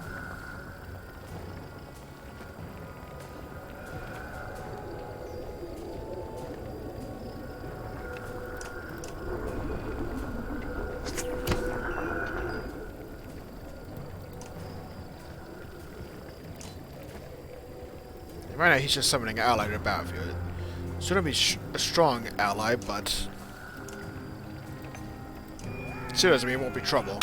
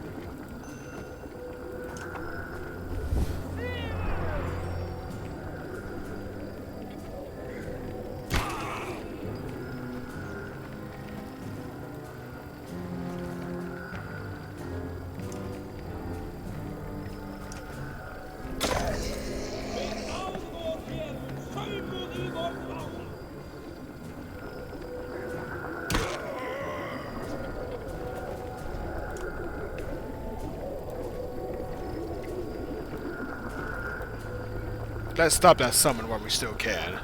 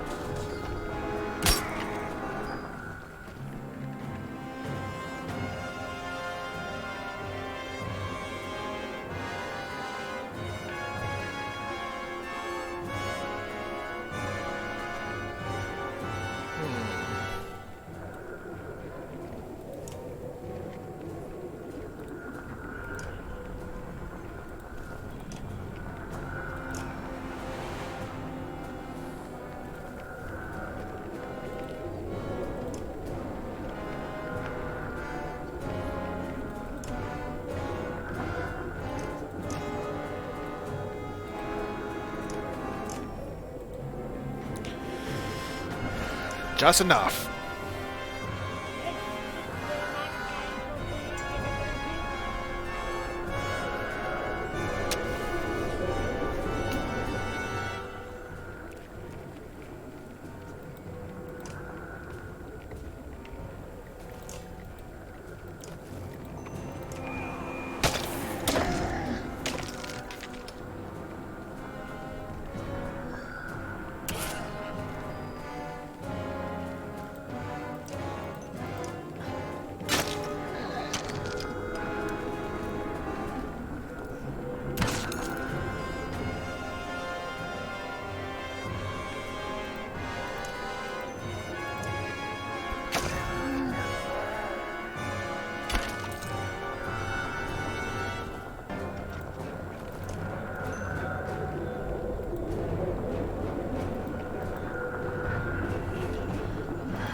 finally get that stone thrower out of the way.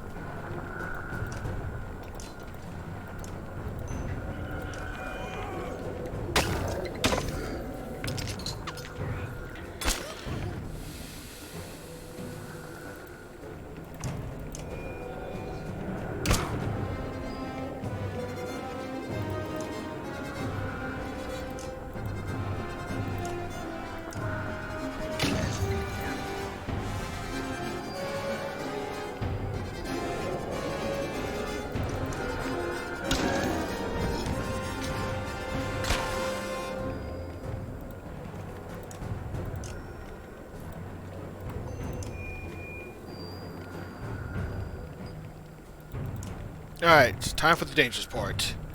Eyeless.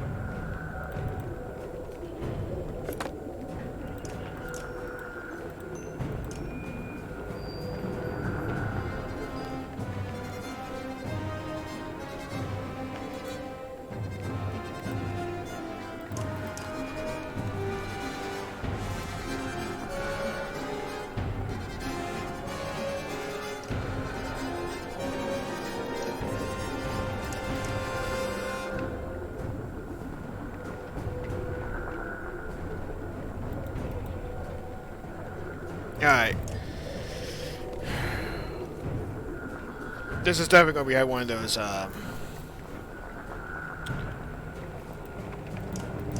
fights where I have to be careful on the timing and everything.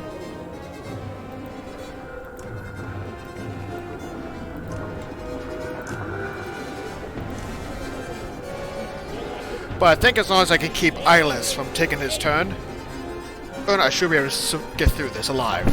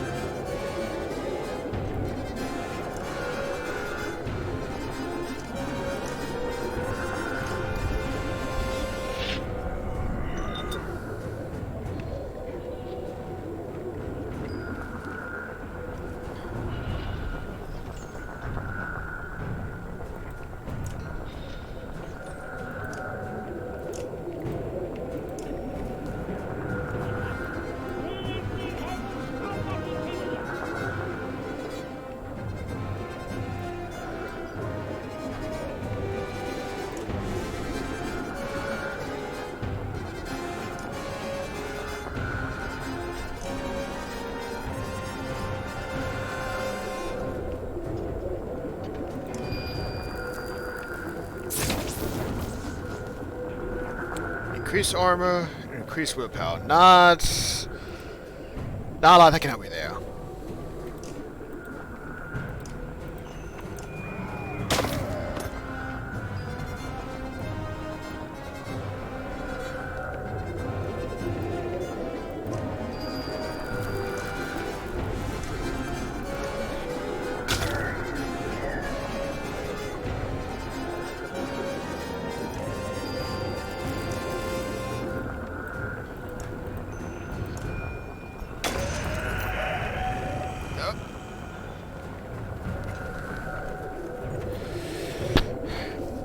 Eyeless falls to the ground. Suddenly, the chaotic sounds of battle quieten, and the surrounding dirge lower their weapons in shock. A group of dirge guards break through the crowd and begin lifting Eyeless' body. Then you see her arm move. The Sunder's still alive. There's a chance to finish Eyeless if you and a few others are willing to risk charging the dirge. There's no telling what will happen if she's allowed to recover. But you feel a pang of sadness at the thought of killing her. On me! Today we kill Sunder! The ravens wipe the blades on their tunics and once again begin the throaty chanting. So they run with you toward the body of Eyeless.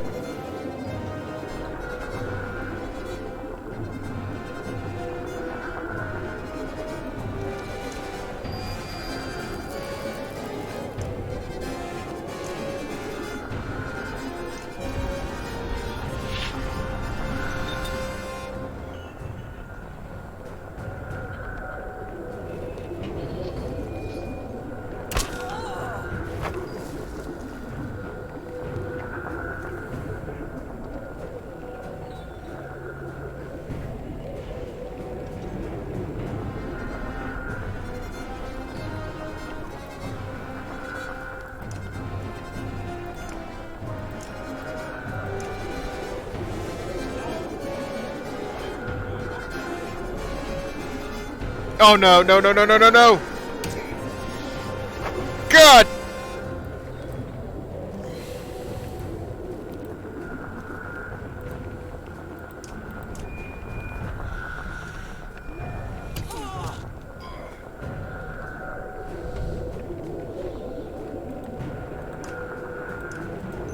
Oh, how I hate stone singers.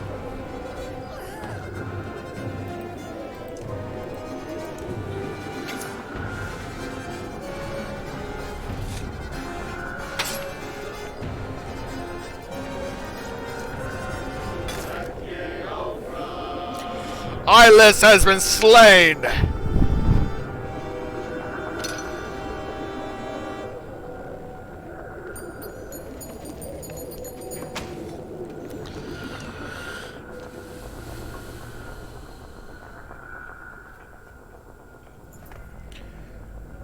We just killed a Fen Sunder, Volker says. You know it had to be done, but you find yourself unable to speak. Are you crying? You shake your head, trying to clear your thoughts, but the scared faces of so many dirge left on the battlefield pull at you. Your mind fills with images of Ulven on the tower, of dirge twisting, warping in darkness, shaking, slobbering, roaring. You fight to regain control of your mind. The dirge began moving south along the river, not as an army, but as people fleeing danger. Many of them start crossing the old ford bridge. Bolvik! Volker shouts. Take the cart! Get to Medahar! We'll hold them here as long as we can! The shield maiden's voice clears her head for a moment. You see her turning proudly, commanding the ravens into a formation, and Gudmundur to lead the clansmen to Albering. Gudmundur. Why does that name sound familiar? She looks back at you, holding your gaze. Rippy right behind you! Go! Then she joins the shield wall, lending strength to those around her. Bolvik! Volker stiffly says, pulling your attention from the raven banner near the bridge. We must leave now! The meddling caused this. All of it! You rub at the pain in your chest. Sulfur flinches at the look in your eyes, but you forget her and begin marching toward Manahar. toward vengeance. Chapter 14. Brothers Fight, Kinship Stain. Once I get to a stopping point, I'm going to take a small break to use the restroom and all that. But we're moving on towards the other group of Ruka's caravan.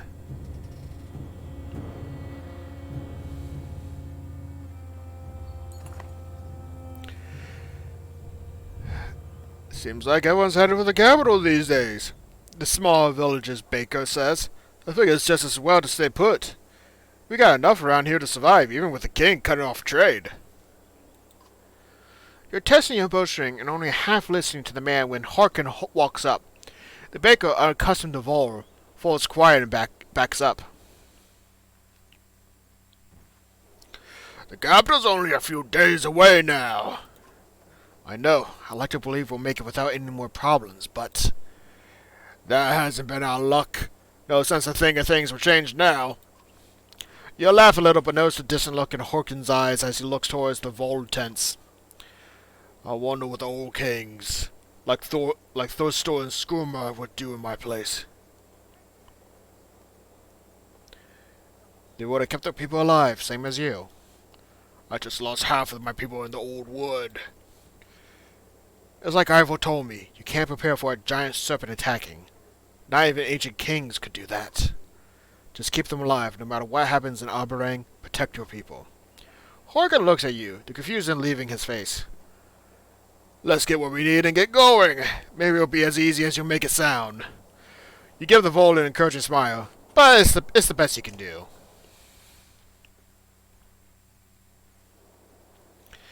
Alright. Wow, no supplies. Alright, I'm going to take a small break. Agent, we'll get back to the madness.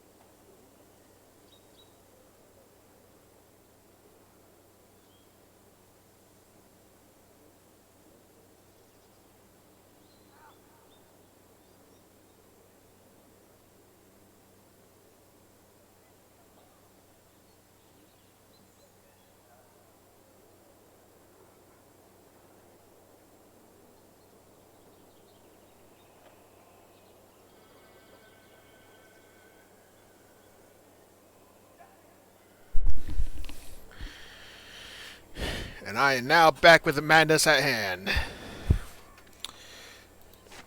And let's see where we are before we start making decisions of supplies and resources.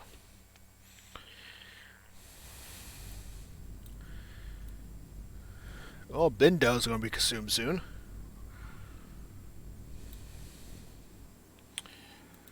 So if I'm correct, we're in Tola. When Albaran became a city overpopulated and overpopular, the up-and-coming rich and important families had two choices: join in the game of politics or leave.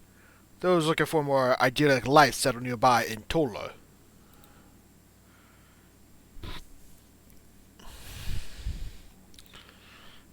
At least a week's journey, so at least a week's worth of supplies at best. If I had to make a rough guess. Oh, God.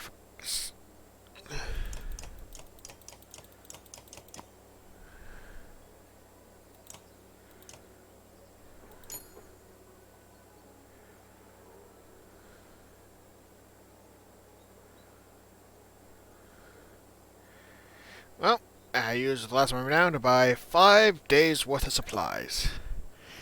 This is going to be a annoying trip. These boys are just finishing eating and starting to play when you approach her. Are they getting plenty to eat? I think so. They still have enough energy to get in trouble. It's for the best. Hopefully they can stay children as long as possible. I hope so. Without allowing you to refuse, you push a spoon in a bowl with cooked eggs in your hands. You have to try these. It's a family recipe. You take a bite. They're good, but you don't taste anything special. What do you think?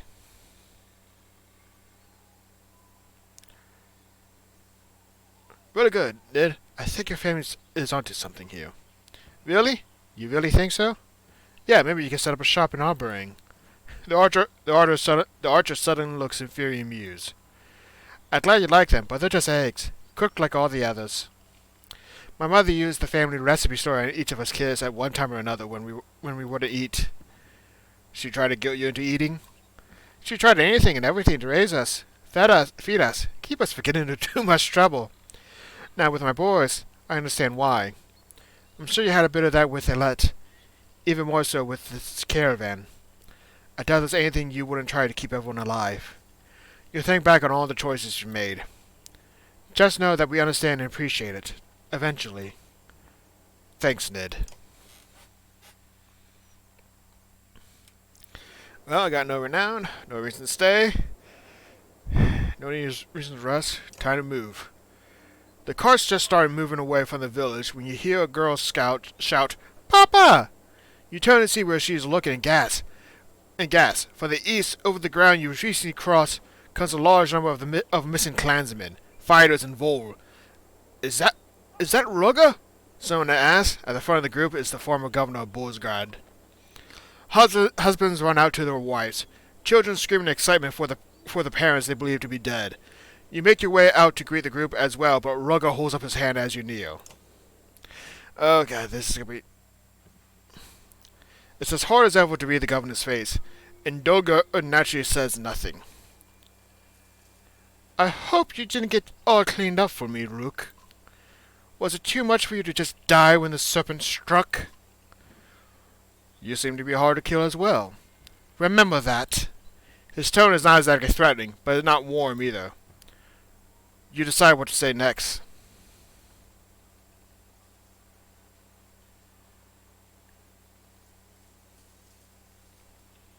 Thank you for collecting the rest of our clan.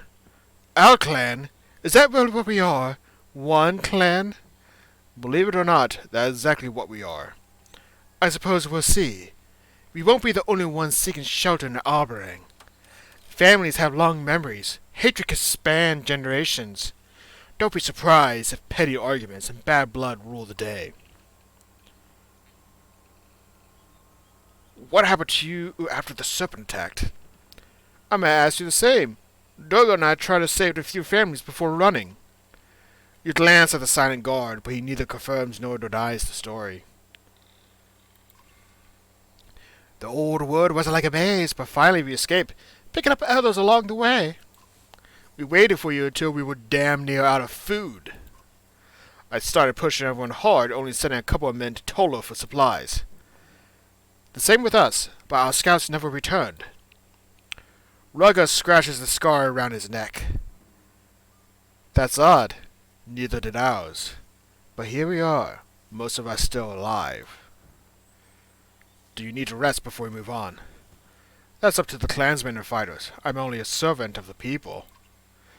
His tone is strange, like he's been rehearsing this statement, along with that unnerving grin. I'm sure you could use a bite at least, if not a few hours to close your eyes. If that's what they want. You glance at Durgo and get nothing but his stony gaze in return. I'm going to speak to some of the others. Before you do, Durgo shifts slightly. You're shocked by how such small change puts you on guard. It's not that you're a bad man, Rook, but you made some bad choices. On the ships, in the bogs, in Lundar, that's even in the old woods. Screw you, Rugger. And what clan leader leaves half its people behind, scattered and scared? You now notice fighters gather behind him. You're a danger to these people. I hope you understand why you have to die. Durgo lunges at you, but an arrow slams into his shield, disrupting its attack. As you fall back in a defensive posture, you nod to Olaf, who is knocking another arrow. Damn it! There's actually an achievement, and we actually get Rugga to be on your side, or at least, not pull off his attack. But it seems like I made too many bad choices, so I'm going to be salty for a little bit. I got a lot of salt. Oh god, it can't be good for me. Oh yeah, Ivar's gone. I forgot about that.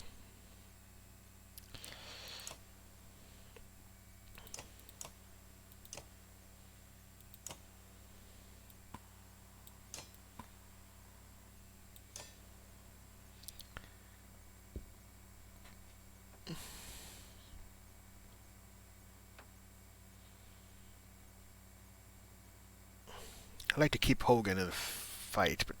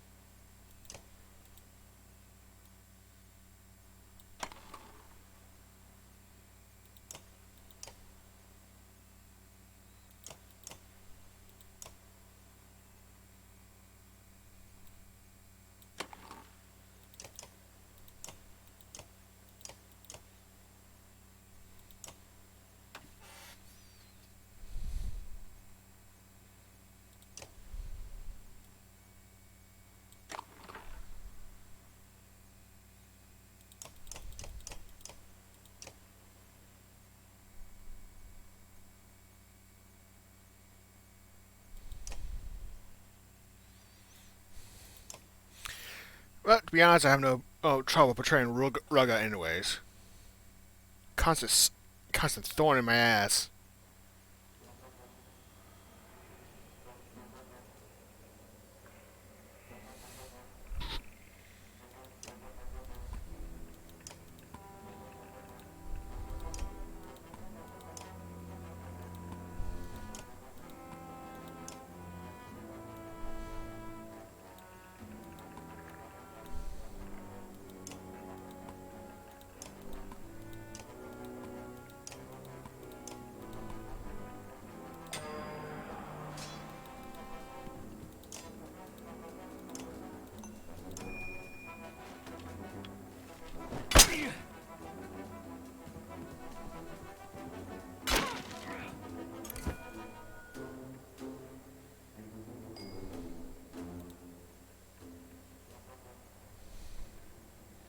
I forget. Rain of arrows. Target tire and stun an enemy who steps on it. Hit with a rain of arrows. Punch a bonus strength damage when stationary. And he has a 20% chance to crit.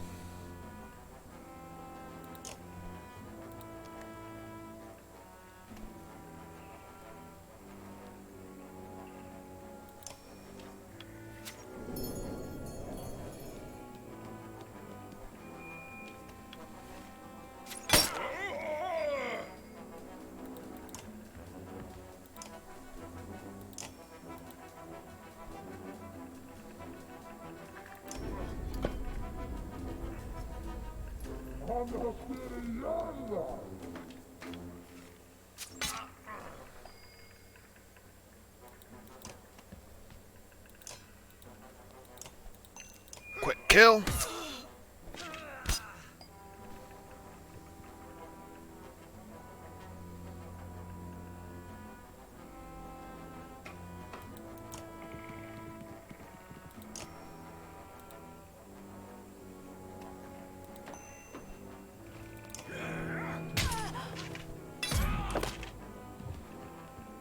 Ah.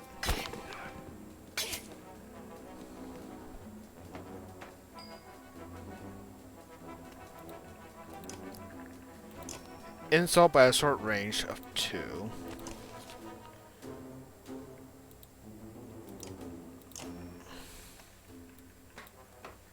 Now it won't be enough to reach him, so.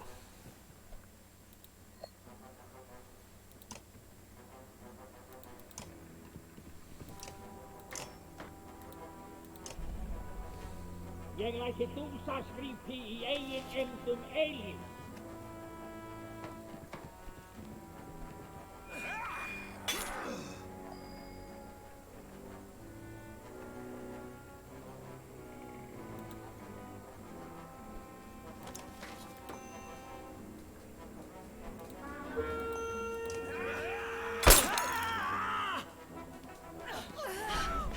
Hver dáð vor hér saumuð í vort fána.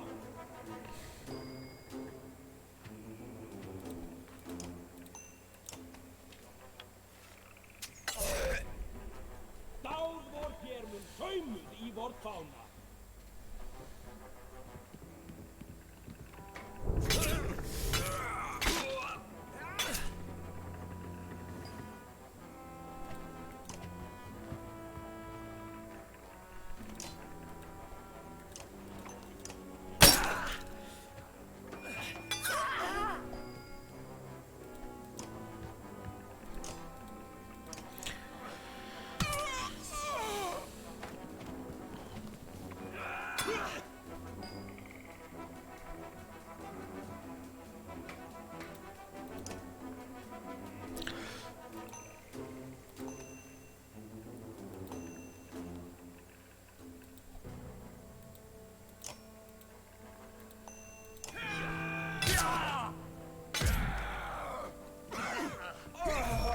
Heilir unnustur ykkar, annars geri ég það.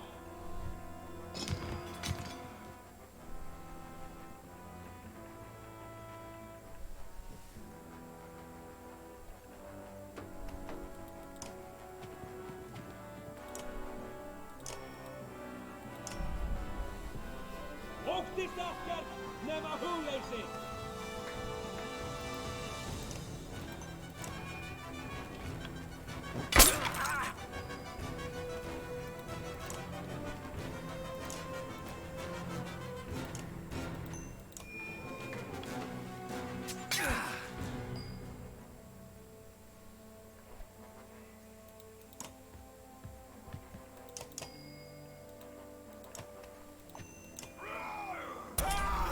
Hver dáð vor hér mun saumuð í vort fána. Yeah, easier side of the fight, but more or less I think that's intended.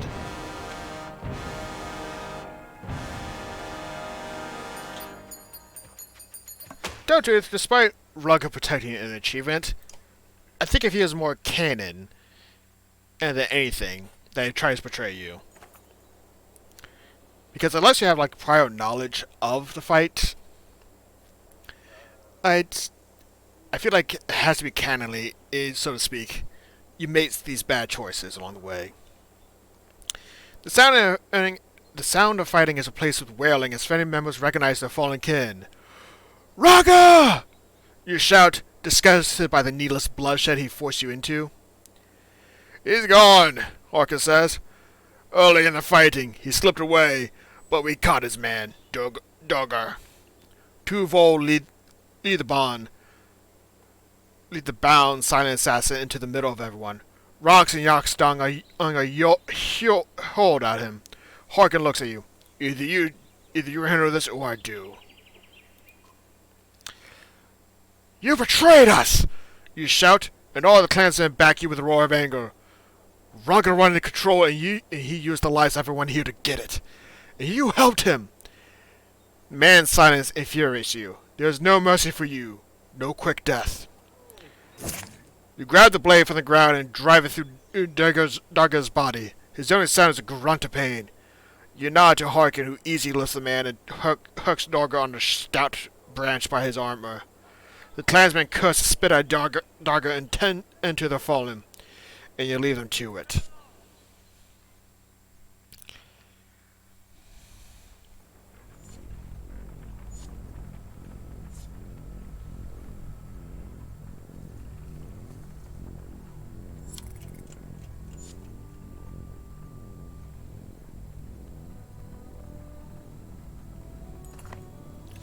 The water in nearby streams is gradually turning a bright green in places. It looks like the gore from the serpent's runes. Dead fish are spotted in the dozens, floating by in faster moving sections. Some clansmen have fallen ill, others are feeling the effects of only drinking mead.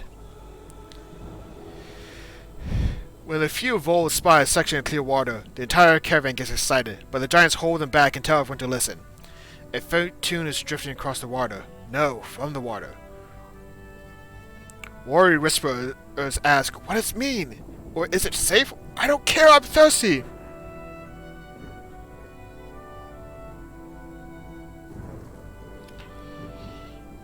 I'm going to step forward and take a drink first. You cup the water in your hands and drink it. It tastes cleaner than the well water from your home, village of Sturgern. Everyone's waiting for your verdict. You turn and smile. Drink, you shout! We may not get another chance like this. The caravan rushes the water, ignoring the two. They drink deeply, fill barrels, and even wash themselves a bit. Ella thanks the memory of the god Aesele.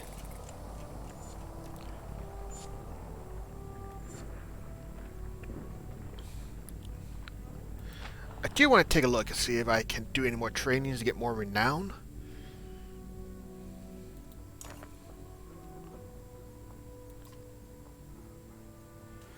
Alright, so... Alright, so I've done all the training with Sven. And I think I missed one of the trainings with Borvik. That I'll have to deal with another time. The surrounding woods look promising for game, and you could use a bit of solitude. Soon, deer tracks guide you, but in clearing, the beast is already falling.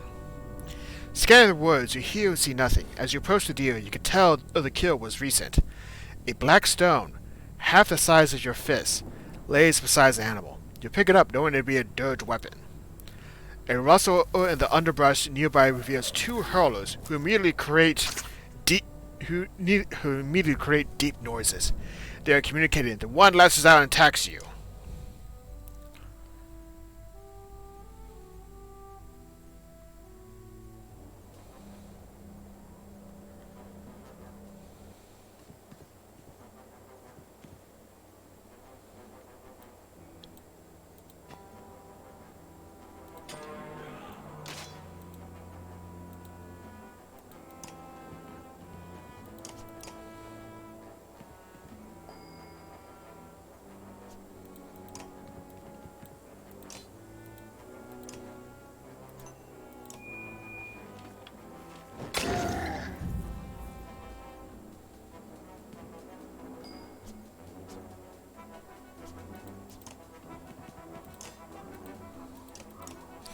Yeah, this is very much a story-driven fight. Consider that...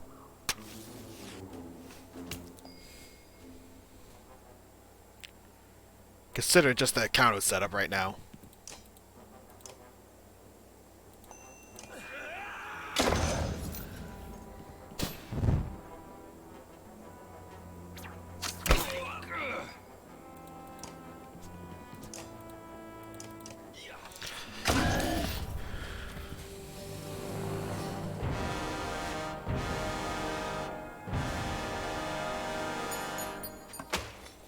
Just a little hand-me-down over now and then. I won't say general story, but we'll find out soon enough. As the dirge fall, others from the clan arrive. Not bad, a woman says, booting one of the dirge bodies. A child runs up and does the same.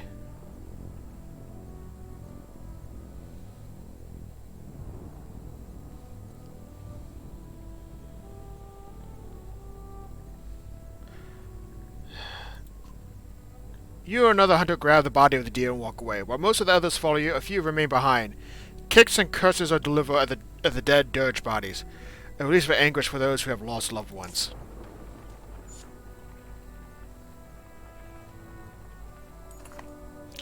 Strumming from Elo and song from a large number of your clansmen surprises you. Evolve stands in the center of them, blushing. Scarlet, it's 200th year! Evolve beside you shouts. The rest of the caravan slowing in to check out the commotion.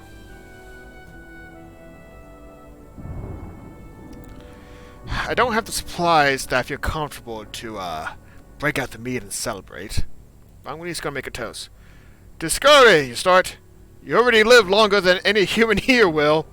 May your bravery and your strength continue so that you share drinks with the grandchildren of our grandchildren. Scar looks at you and nods. Yes, I'll tell them of your bravery and your strength. Everyone drinks and laughs and continues on.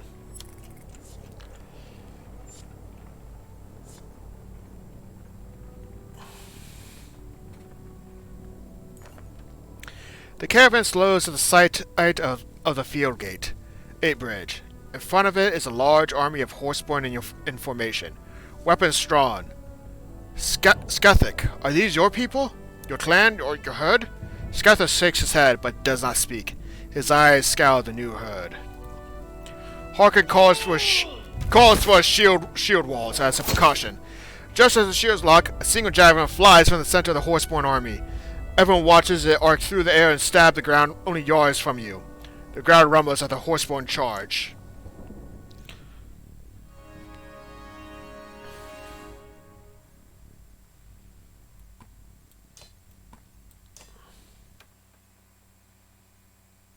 I forget, what can these guys do again?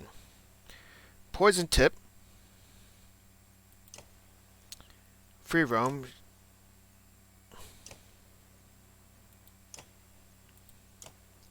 Mule kick, knockbacks 2 tiles. And he has a bike back. Yeah.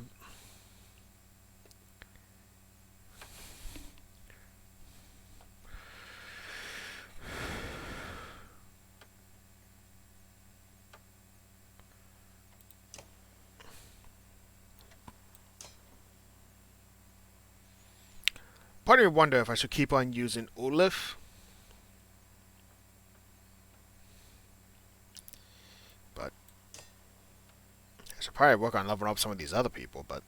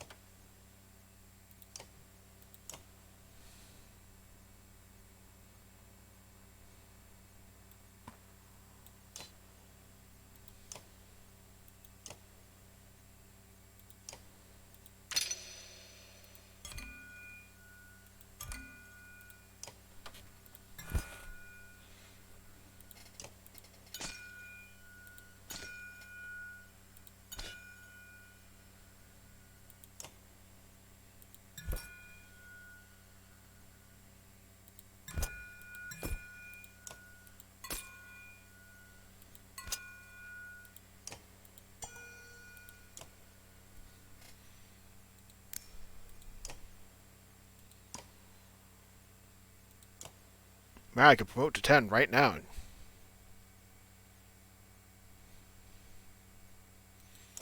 But I should probably level up some of these other guys while I still can.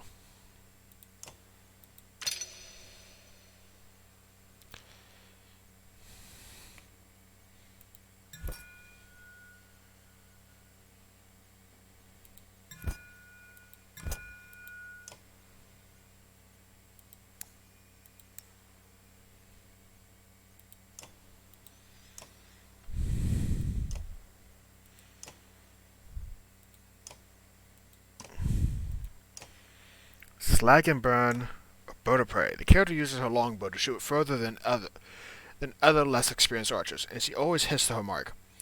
Bows of Prey make it possible for her to strike units before they are able to get in attack range, and allows her passive Puncture to be used against more enemies who may have been out of range from.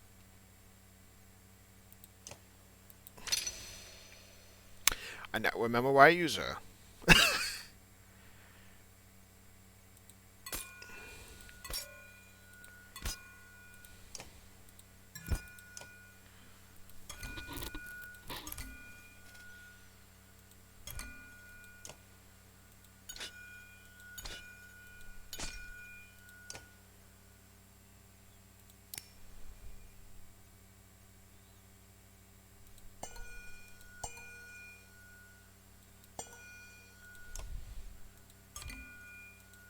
I'm trying to figure out what I should use. Or how I should focus on the build.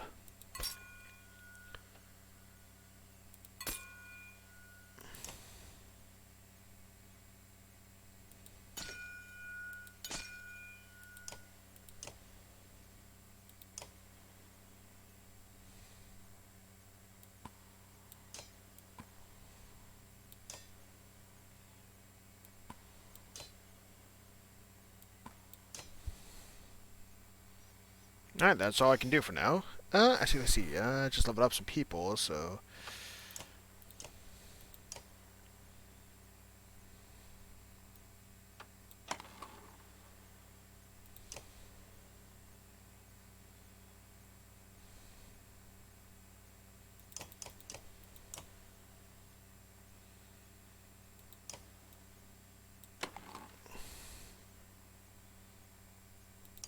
Alright. Yeah, I think if I play this game again, I gotta make sure I level up Bolvik and Rook first, because they're pretty much gonna be the primary characters for any of this. So at least for the second game.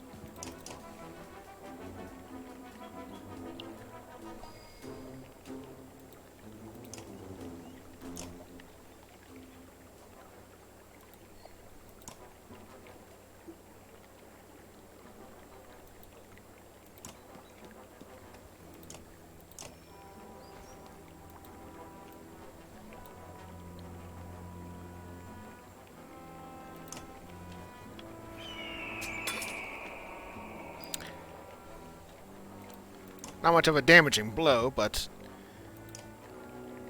hopefully it can serve the purpose of at least softening up the enemy when possible.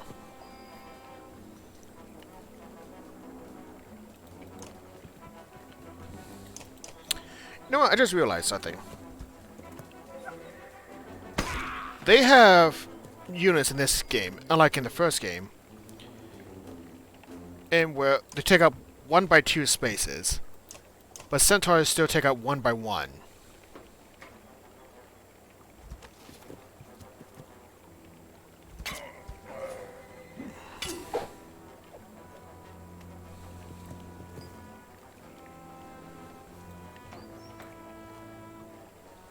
Interesting to say the least, when all is said is done.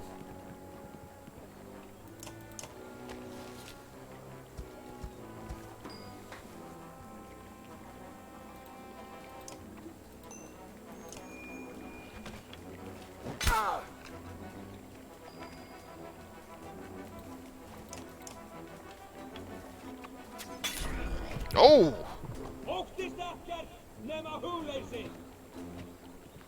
Talk about a kill shot.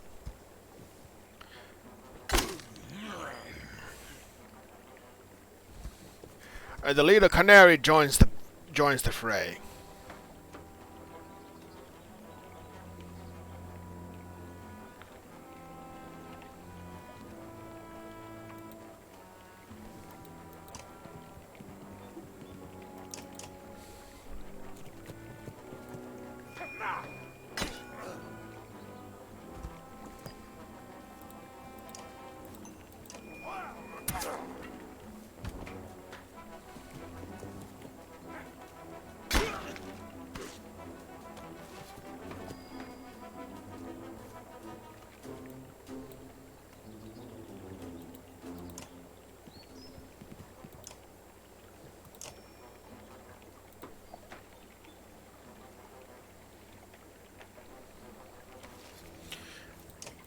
Okay, I'm not used.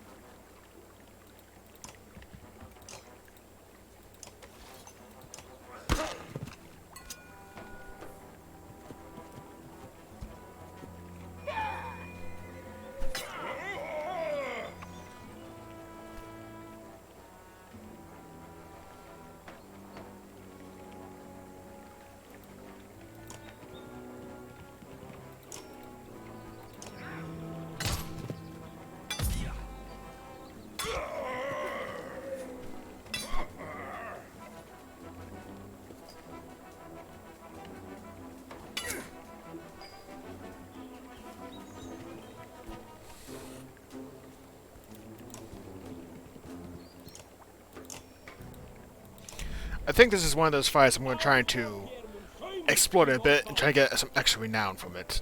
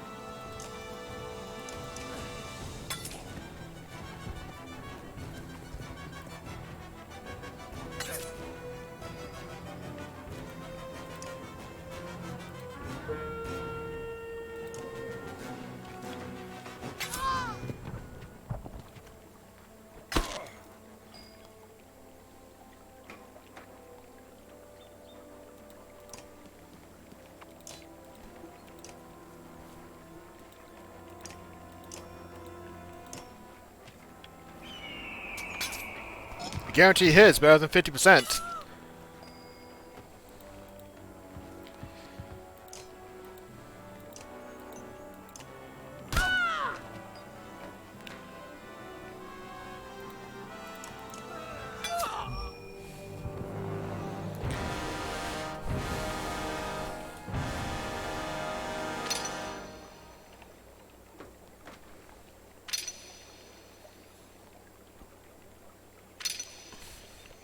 I probably got a little bit carried away than what I should have, but good renown. I'm going to need that.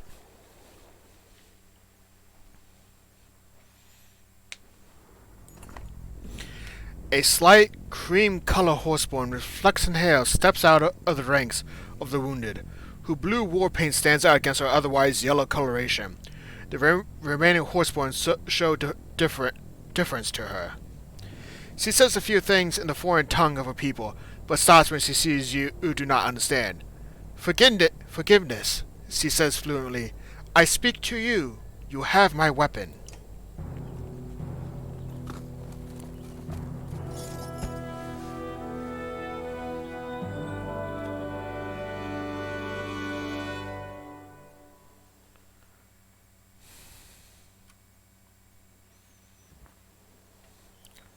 Sorry for fight. Not know it you. She speaks your language with confidence. What do you mean, and who are you? I lead herd. I am...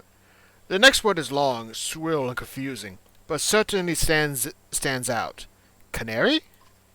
Canary smiles and stomps the ground rhythmically with her hoof. That easy. Canary, yes. And you? Rook. Good greetings. Our stories tell of strangers who come to help us. You two legs that walk along four. My kind with you already.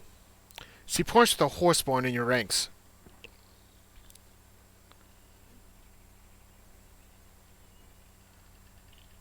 That doesn't make me a stranger in your stories?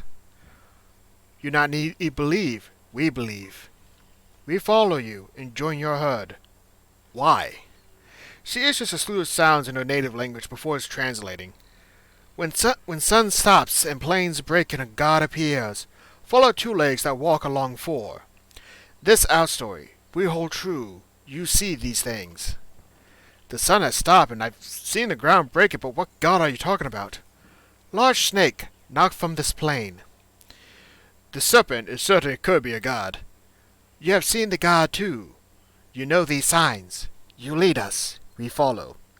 Canary looks at you with a steady gaze instead of the constant movement you experience with Durdura. Warn her that not everyone likes Horseborn. Most of the Horseborn we met have caused us harm, including you. Many of our people won't want to be near your people. Not today, but different day. Herds fight, but forget. Humans remember things a long time. Vol even longer. Herd believes leader. We follow you. Herd grows strong. She bows again, motions to her people, and all the horseborn join your ranks at a respectful distance.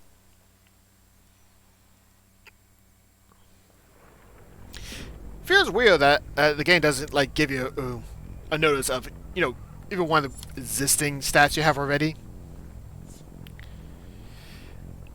But they say the moon and stars are always visible when you look at Loiga's Godstone. How can that be true?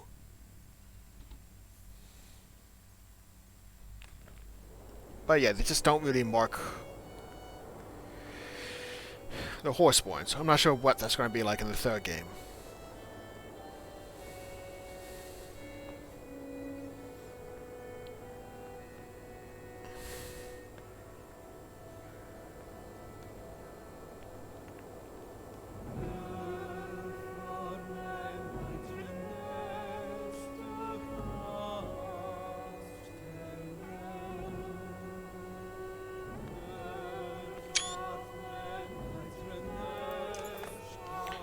The moon in her spirit, the stars her eyes, Elo says, plucking a few strings of his instrument. Luga, the god of beauty and of, well, things that happen in the night. The skull smiles. The gods may be dead, but my wife still prays to Luga. I'm thankful for her piety. The skull is not the only one smiling. A quick look around reveals grins throughout the caravan. I see why Alberding has grown so quickly over the years, you say, and the skull laughs. A truth spoken in front of Luga Stone is supposed to ripple through the night, either strengthening a lover's resolve or carrying undesired affection. Alo skips away to find his wife. In the shadow of Luga's Godstone, Olive taps you on the shoulder. Incredible, isn't it? The Godstone? Or us making it to Alberding? Ha! Both, I guess. Job well done, Rook. You deserve a reward. Did you have a reward in mind? A couple ideas, yes. And how do I go about finding out what they are? You have to be absolutely sure you want to know. Are you absolutely sure? Her grin is telling. I'm absolutely sure. Good, but I can't really tell you here. No? Olive slowly shakes her head, her eyes never leaving yours. Well, let's look around for some place more suitable. Lead the way. Others see you smiling and watch the two of you disappear. People will talk, but who cares?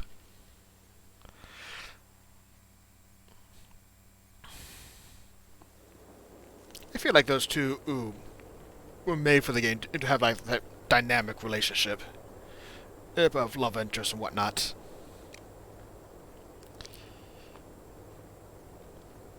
But yeah, the Godstones, now I think about it, they really outdid themselves with this in the second game, giving them more character and feel to them. Well, character and feel compared to the first ones. The first game still had great Godstones, but not all the... Oh, some here and there, of course. Finally, we made it.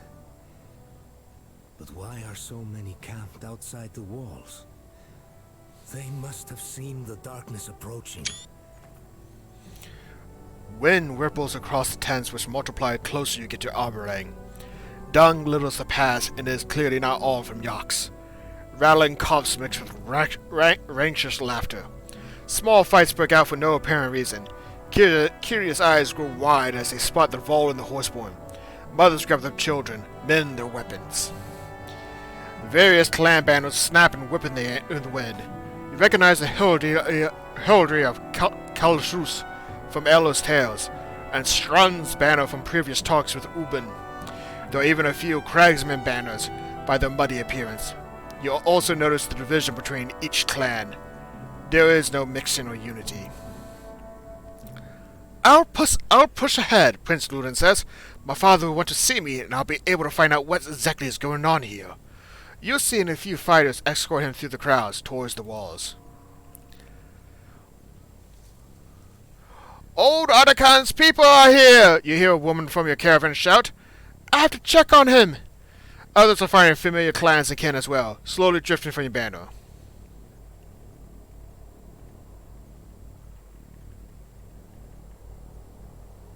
Bring them here. Bring Otachan and others to us. Some of the folks around the fires look half-starved and gladly join, making their way towards the supply carts. Others pack their meager possessions and fall in line.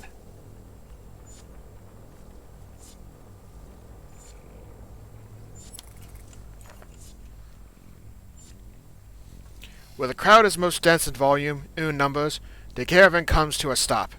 Ahead, you notice a sharp line where the tents and people stop. The ground beyond is pinned with arrows, and not much else. A few hundred yards of empty space between these people and Arborang's walls. What is this, you ask, confused by all you are taken in. There's the beastful bit, an old fighter says near you. He looks the type who has seen enough things to lack enthusiasm for much of anything. The king's men can't kill us from the walls.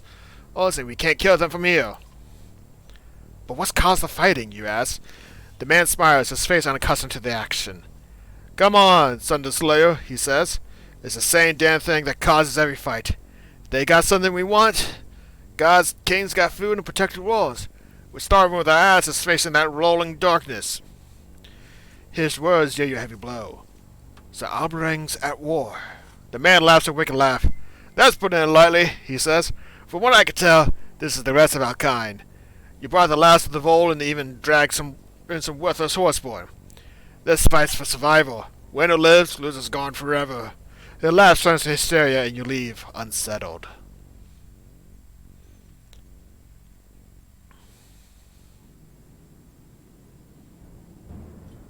Oh god, that just feels.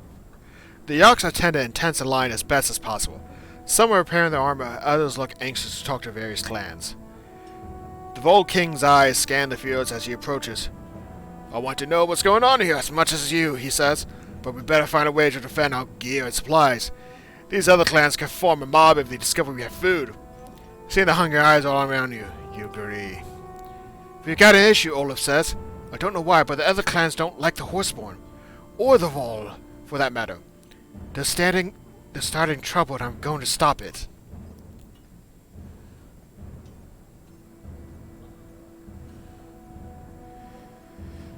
Gonna establish some defenses the best we can. You post a few guards before assembling a team to help you find wood for stake walls. The work is hard, and even with the help of Harkon and a few other Vol, when the wood is cut and hauled back, Harkon turns to you. We do the hefty lifting, you tell us where to build it. You instruct a few others to oversee your plans for rough defensive structures. The mood has changed since you started working. Another clan attacked us and we lost some people, a fighter says. They said we're wrong for bringing the Vol and the Horseborn along. You feel their accusing stares but say nothing. As soon as you find a stump on which to sit, you look up to see Rugger approaching. The former governor is backed by nearly 50 fighters, all as he walks towards your camp. Everyone watches out of curiosity more than concern. I discover what these battle lines are all about, Rugger says. The king shut his people out. These clans are here to see that he feeds and protects his people as he's supposed to, and they've chosen me to lead that cause. The tent flaps close, leaving you and Rugger alone, both armed. No need to mince words now, is there? I know you want to kill me. Only when I think about how you betrayed us. Then let's be clear. If each of us leaves this tent without the other, the fields around us will turn red. Then say what you came to say before I do something stupid. Rugger snores in amusement. I wasn't making that stuff up outside about the king.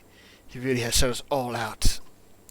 It started a few months ago when he started stockpiling food and slowing trade. Once the wealthy families were all pulled inside the walls, he shut the gates. The only thing he said is that he can't feed everyone. Oh, and his archers fire on anyone who gets close. You watch Rugger closely while deciding what to say.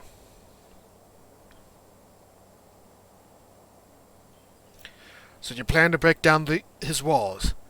That's the last thing I want to do. We need those walls to stop the dirge and whatever else is coming behind them. But if we have to destroy them, we will. Maybe the minerals inside can repair any damage. There might be ways to pass these first few walls, but the Black Wall? The governor just shakes his head. Why should I believe you at all? Because you see all these people gather. Do you think they're out here for fun? No, but I doubt the king just wants to be an ass. If you're the king and your people are starving at your gates, do you let them in or keep them out? Don't answer. We both know you'll let them in, unless you knew something you weren't telling them. Either way, the people have a right to an answer, or the food is sent in Alberang's protection. I think you agree the food and walls belong to the kingdom, not the king. To what end? That's what the upcoming battle aims to find out. You want to go to war to ask the king a question? No, I want to go to war to make the king answer a few questions. Like why he leave his people outside the walls to starve.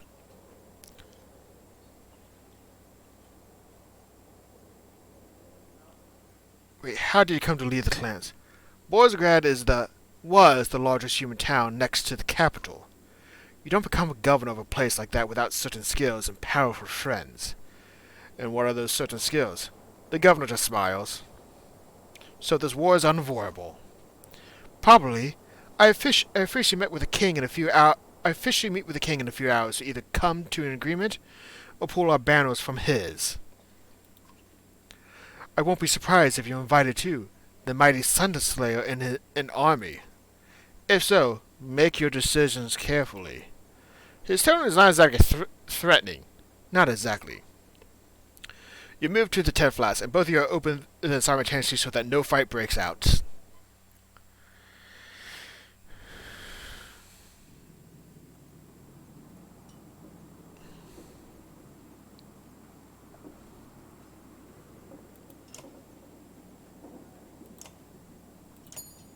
I probably don't need the day's worth of food, but at least I like to have one day just in case.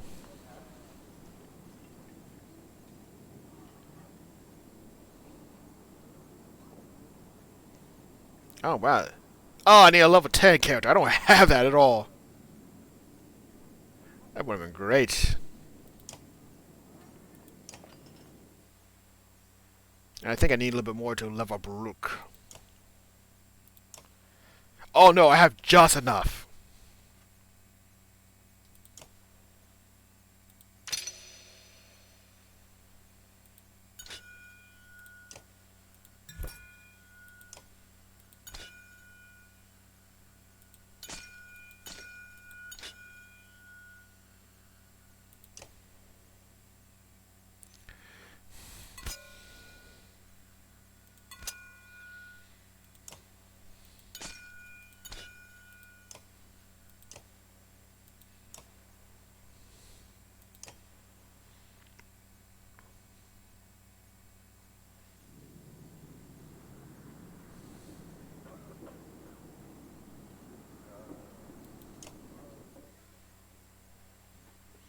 The scholar is tying a strip of cloth into his daughter's hair, but sends her off to play as you near.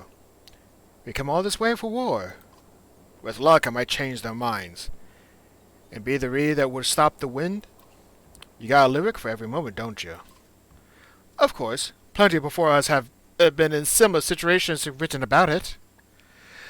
We only think our lives are unique. And if peace is not an option, is there a scold song for that? Plenty. But I'll tell you what I do. Save families who can't save themselves. I can't imagine my wife and children were left out here, like they don't deserve the same protection as others. Elo's words flood your thoughts as you walk away.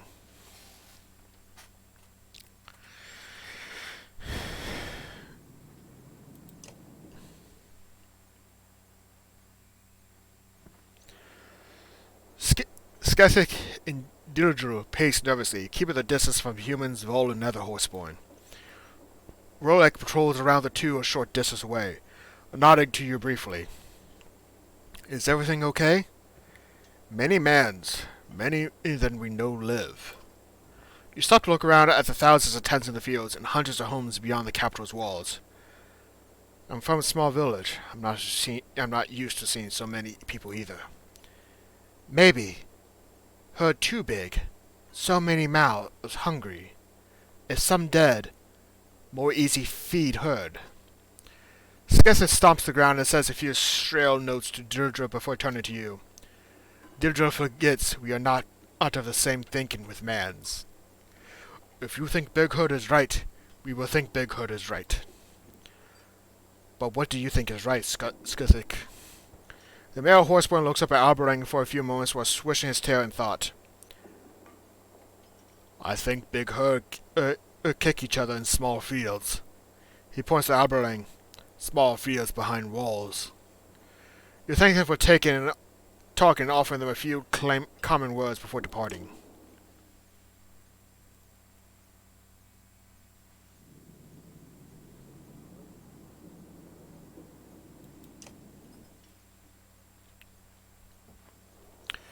The former cragsman is trying to lure something out of a hole with a small piece of dry meat on a string.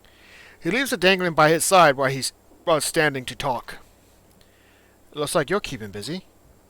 I'm playing fox and hare with a vole. Do you think foxes ever play Tralgar and vole? No. Trigville looks disappointed. Do you have any ideas how to keep two groups from killing each other? Any powders or relics or crazy schemes? He reaches his tunic and grabs something, pauses, releases whatever it is, and shakes his head. People kill each other every day. Just enjoy the show. But if it comes to war, I don't think either side will leave us out of it. Trogve thinks about what you are saying, tapping a fingernail against his teeth. He looks at his fingers, sneers, and spits. Killing kings requires a lot of lives. Just as easy to kill clansmen instead. Either way, some will praise you, others will throw dung at your face. Or you could collect all the dung on a giant hill, stand on top of it, and be your own king. As you watch him crouch back down to the hole, you wonder what possessed you to speak to him.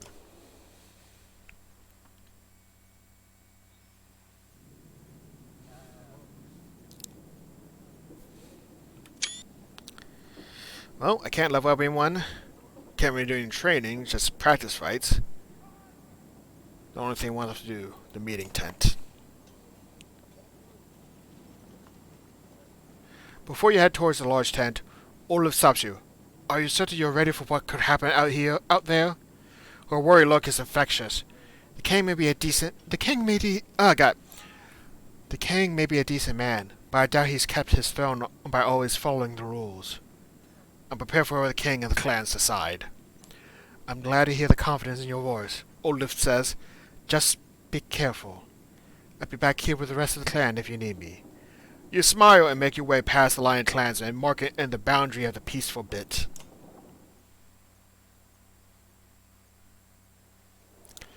The voices is coming from under the tent are loud, animated. Best we could! You done well! I never thought I'd see you again. You done well. I thought I'd never see you. I thought I'd never see my son again. Well, we all had easier journeys. The king's cheerful mood lessens. He's about to say something when he sees you approaching. And who's this? Well met, King Minlof. I'm Rook from Sturge. Lundin steps forward. Father, this is the Sunderslayer I told you about. King Minolf nods by staring at Horkin from under heavy brows. It pains me to hear you lost so many of your hardy warriors, Harkin. But tell me, where's Yonder's Kindor, Vognir? Vognir died protecting his son. I was Vognir's Kindor. With Yonder's death at Innertoff, I'm king of the few remaining Vol. The king says nothing, contemplating the news. Your wall is the last hope for my people. No sense in denying it. I understand, and of course you have refuge here. The least I can do for bringing my son back alive. It'll be tight, but I'm sure we can find a place for you. Game Minolf. Rook here is just as much responsible for the prince's return. He has quite a few clansmen. Careful, Vol King. This is a human capital, and my generosity is already stretched thin. Horkin looks at you and shrugs. Tell me, Rook, what makes you better than hundreds of other chieftains out there? Men whose great deeds I've heard of, no less.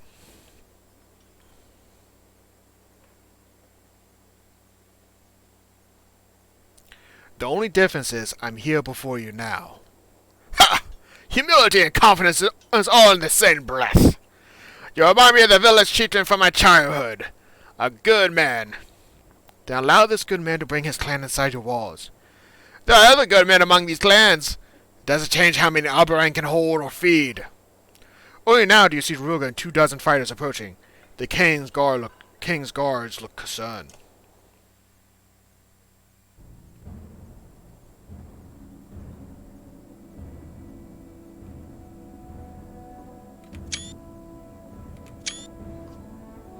Raga. Minolf. I should have killed you when I had the chance. You tried, remember?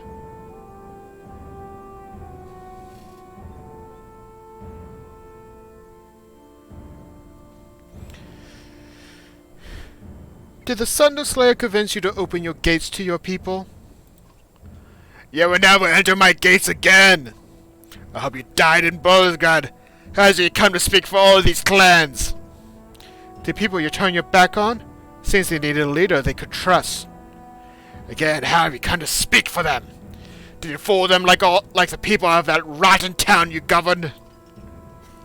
The only fool here is the outnumbered king believing he still has a say in what happens now. Don't make us breach your walls. We'll just have to repair them once we're inside.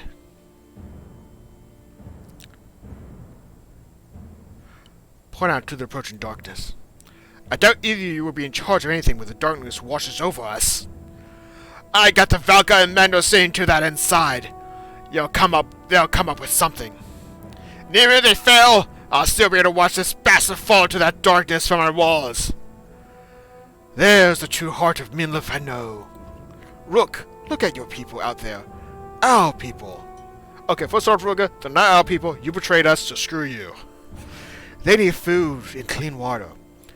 Not that poison in the river. They need protection. You cannot allow this king to keep us from safety after all this way. He doesn't have to. I'll find a place for the people under your banner, Rook. A place inside the walls alongside the Vol. A place this fine man would never be allowed again. That's enough! Both of you are begging like children instead of leaders! And you, giant, joining this king after all we did to keep your people alive. Traitor! Horkin growls and flexes his grip on his axe. All parties look angry and tense, and then they look at you.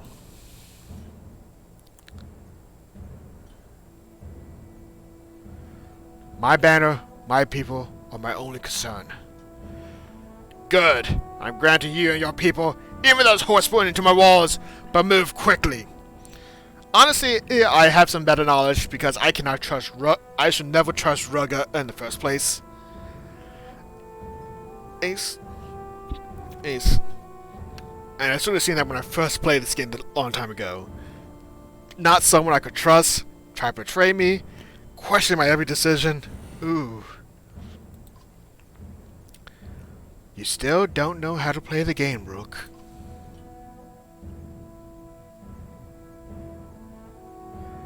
I know how to play the game. The game is don't side with you.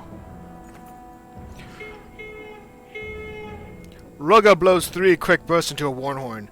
You look back and see a fight breaking out along the defenses you built. Humans involved defending in your camp. You hear Rugga swearing and at his failed ambush. Without warning, Rugga pulls his cloak-pinned dagger and lunges at King Minolf, who sifts slightly, the blade only piercing his side. Before anyone can react, Rugga slinks behind his fighters who are charging you. Horkin and King Minolf. Everyone to the walls, you shout. Protect the king and the Vol! Horkin nods us his appreciation and just before the clamor of war envelops you both.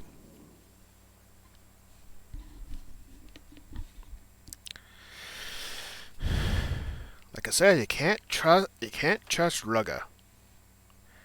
Oh crap, I don't have Prince Luda anymore. Shit.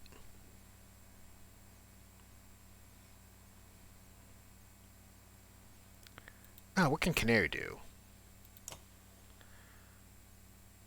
The horse point spears our target and pins him to the ground, dealing damage and inhibiting movement.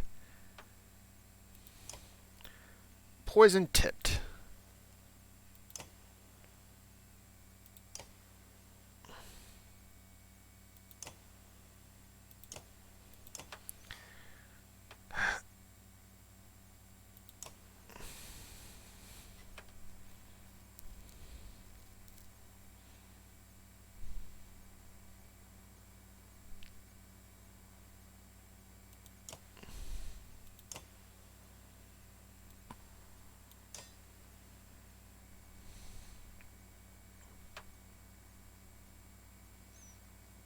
I feel like I should bring Canary because this is the end. I know we're at the end of the game here soon.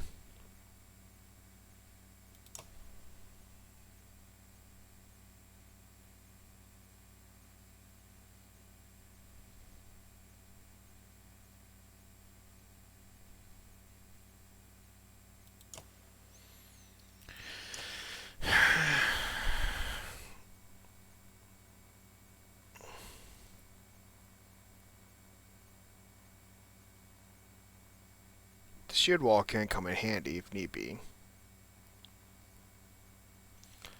Ruik pushes.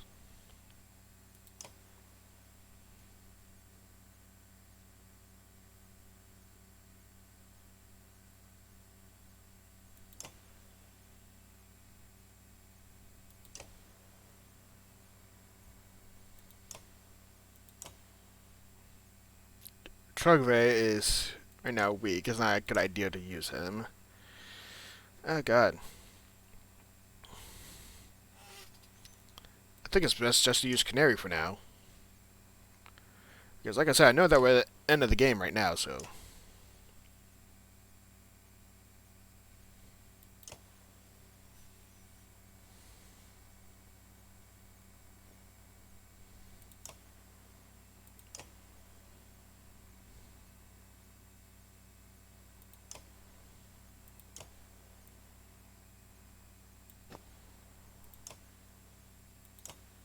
Alright.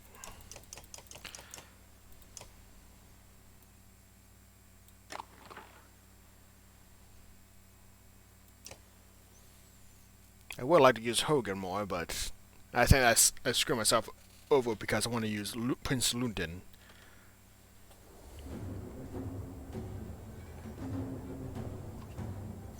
Ambush! Minlof! They're wounded! That's a flesh wound, though I feel odd. Death take Rugga! Rally the troops!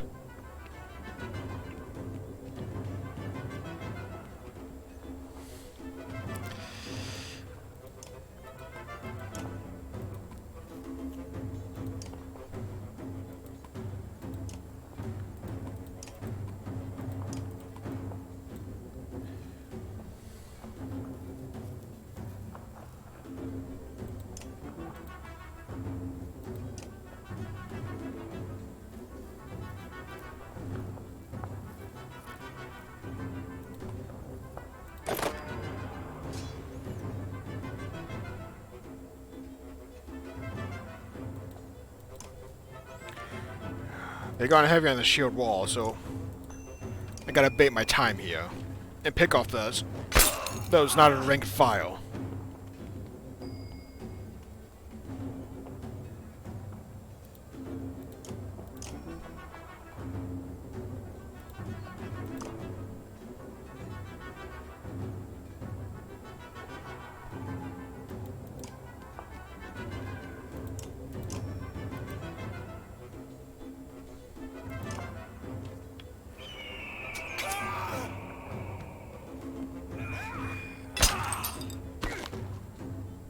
Look, I've even been recruiting Cragsmen.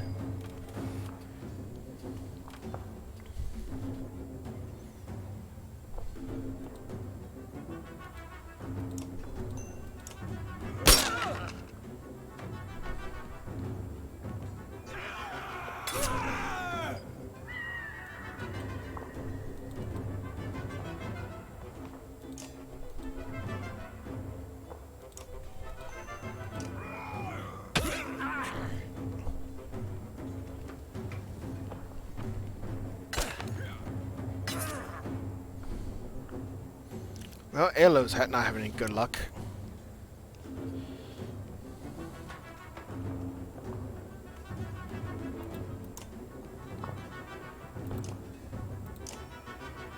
Keep on forgetting about the insult part.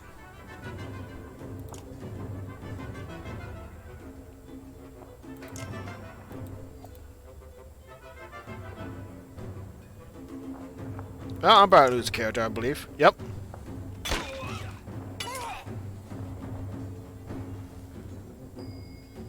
Wait, did he just gesture go up yours?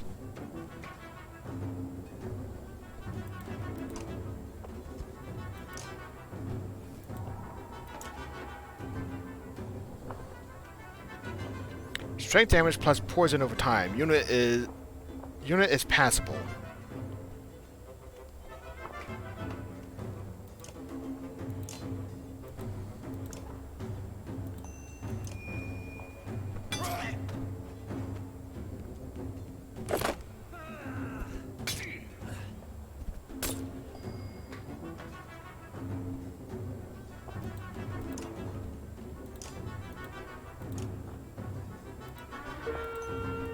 Yeah, like I said, right now I gotta...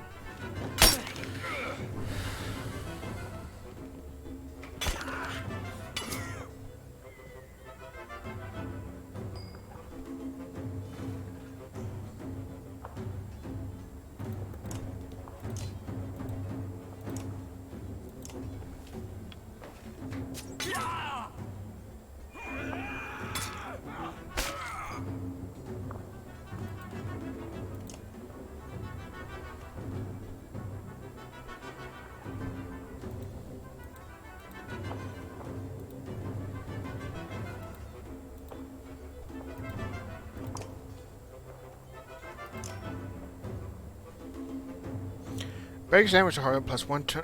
Oh no. Breaks enemy's armor and punishes enemies for retaliating.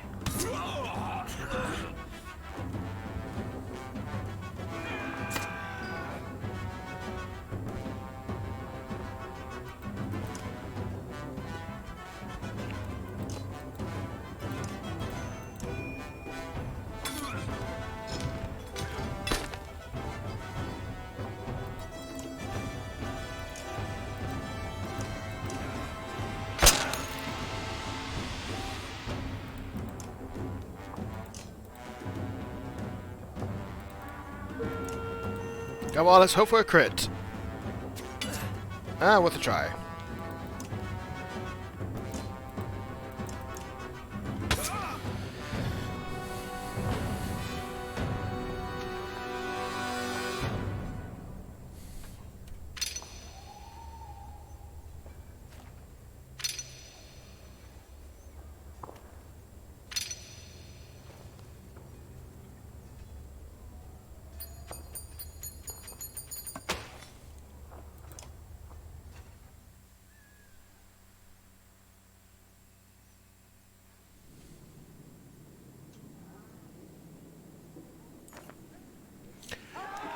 King Milof regains his footing and falls back towards Alberring's walls as his forces rush past him into the fray. You wave the banner of Scourge and your clan surrounds you. To the gates! You shout over the clash of axes and hammers on shields. By the time your caravan's inside Alberring's outer wall, the gate's mostly compromised. Rugg's forces are on your heels, and they brought bears. Got them all for the overrun us! Shouts the king, Menlof, before rinsing and grabbing his side where Rugga stabbed him.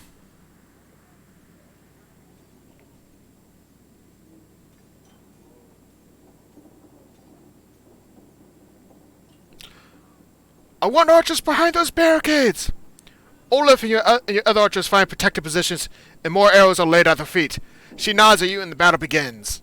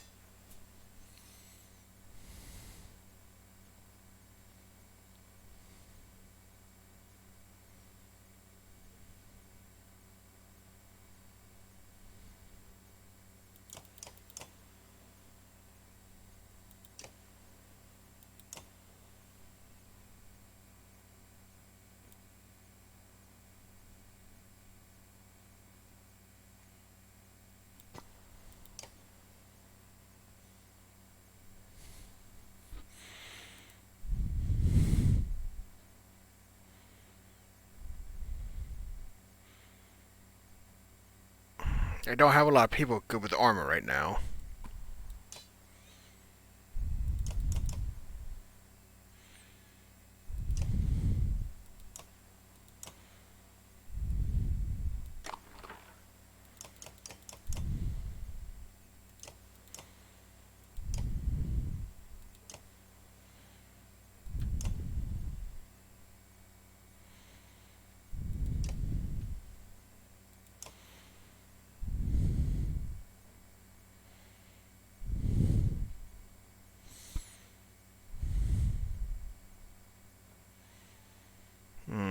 Let's see. Scathriel has his charge ability. Horseborn charges forward and tramples an enemy, then attacks from behind. The enemy suffers strength damage during the charge, and is subsequently struck for 1 strength per tile the Horseborn moved before the trample, and left concussed.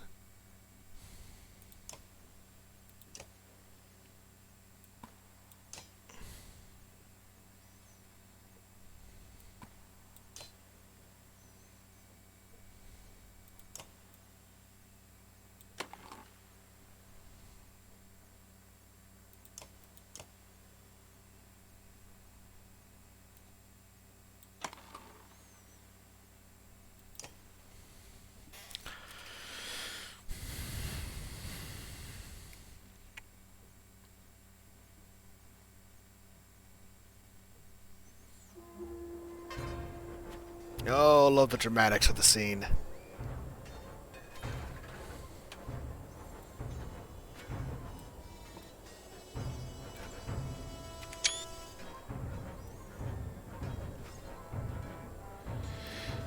battle at hand, the dynamics of those gates.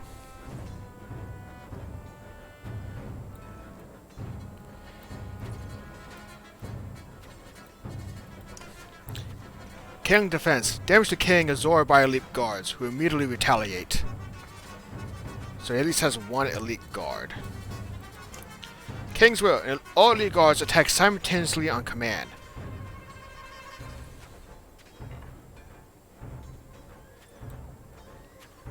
And elite guard. Split damage to King. Split damage to King.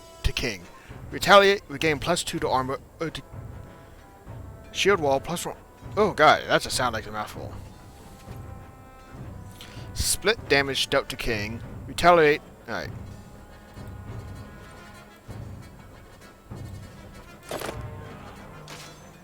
Starting the feet weak. The dragon poisoned me!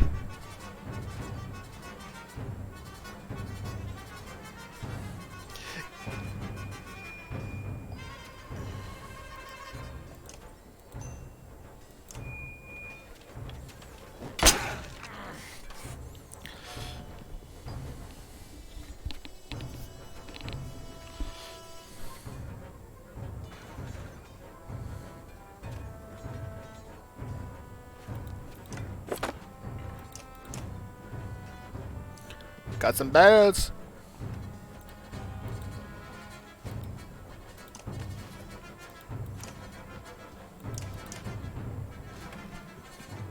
Okay, war bears, if I remember correctly. They absorb. Dekai absorbs all strength damage until armor is depleted.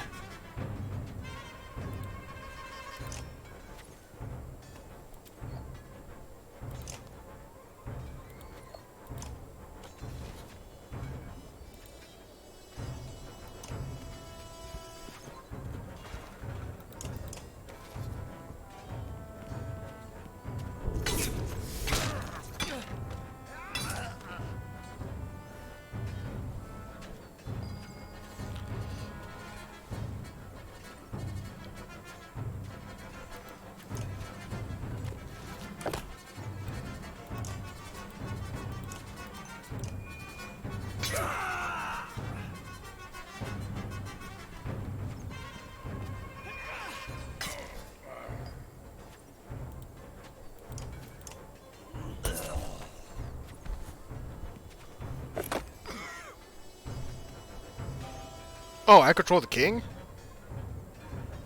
That's nice to know.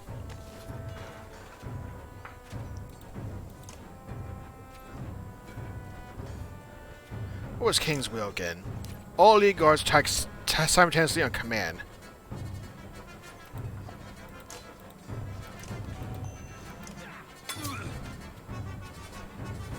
I have like one elite guard, so it's like...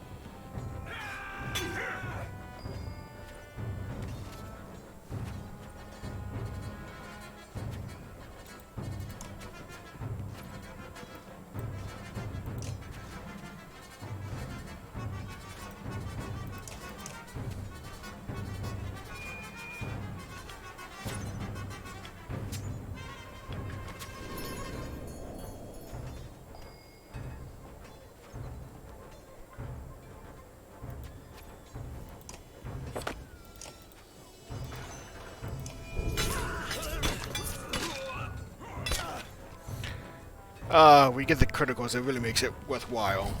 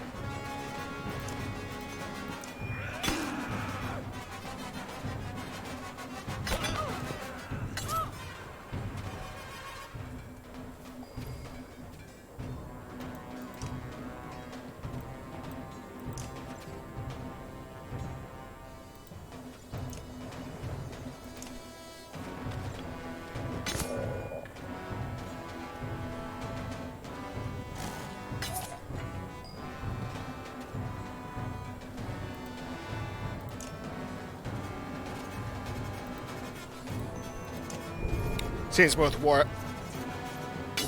Oh! What the? Oh! I think what happened was, since the attacks are sort of are randomized, it was pretty much saying 50-50 on either armor attacks or health attacks. That's why some of them didn't hit.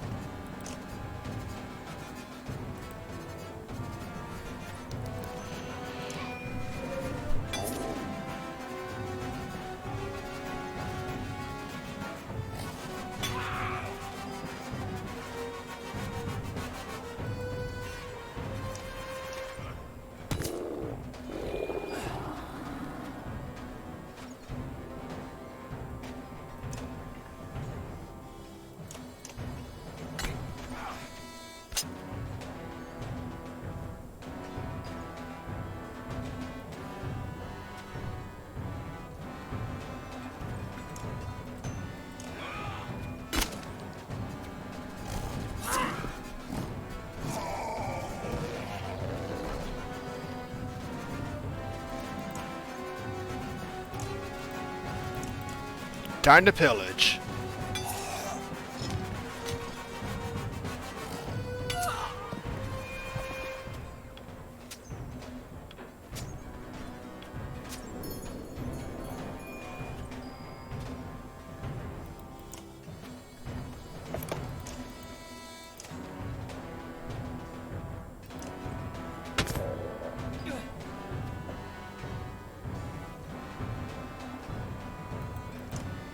Let's end this fight now. For the King God glory.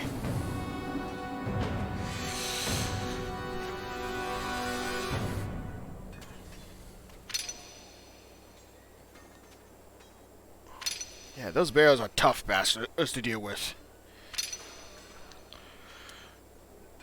Lucky I can.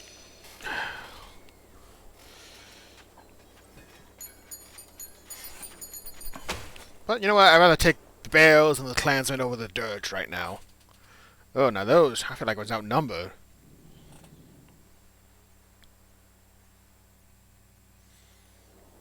Reinforced gates slam shut behind you while archers on the wall deliver death to those outside attempting to approach. Brave fighting out there, but you should.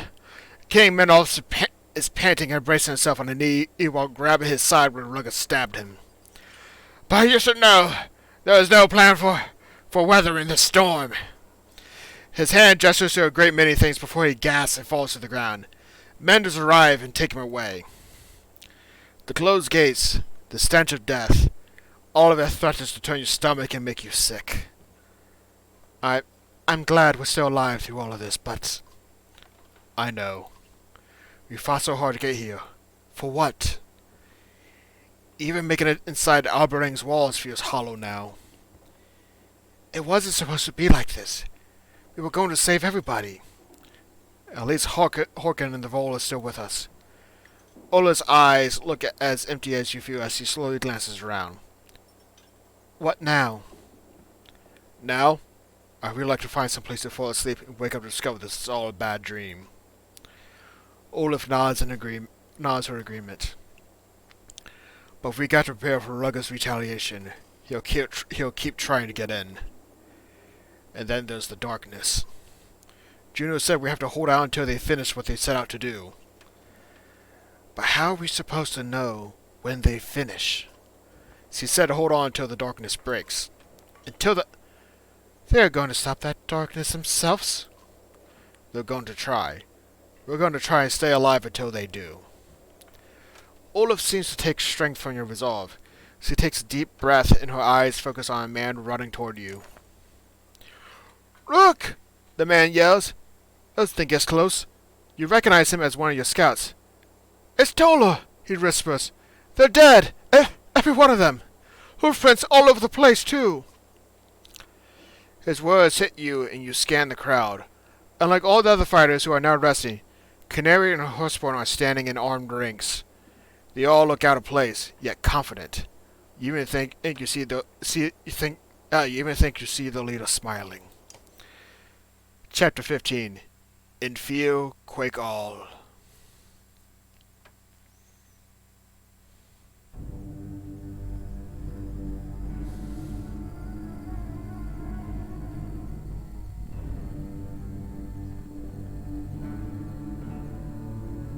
Old Ivo. Let's see what mess he got himself into.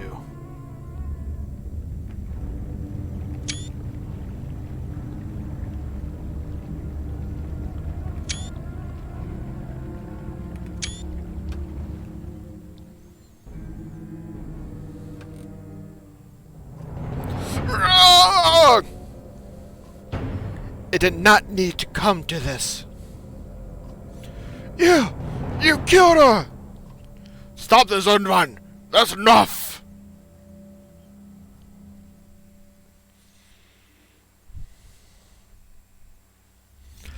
You told me we would be in and out of here. This isn't in and out. We hoped Volker Desi wouldn't be foolish enough to attack us. You hoped I would let an escaped prisoner and a dead Volker rob us without a fight. We hoped you would see reason. Reason? Yes. What was your reason for breaking the world? You look at Juno, unsure what to say. You didn't tell me all of this was your fault. Juno looks at you but says nothing. You recruited young blood, yet kept ignorant of your actions. Even you had no idea what you're talking about, DC.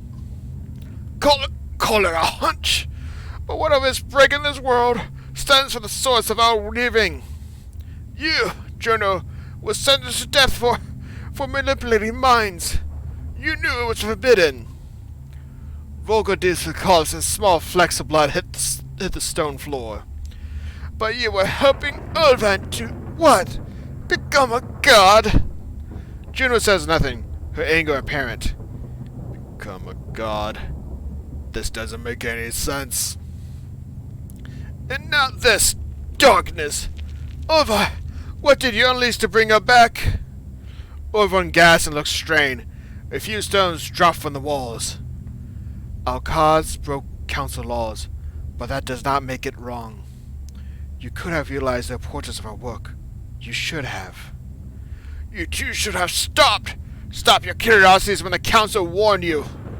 You still have your life, have each other! Do you even see what you've become? Juno's confidence vanishes at the question. You have never seen Volker's tears until now. In the Vol, or you're threatening to control his mind too?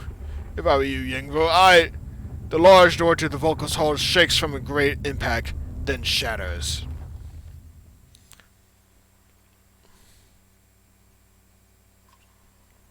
Not you.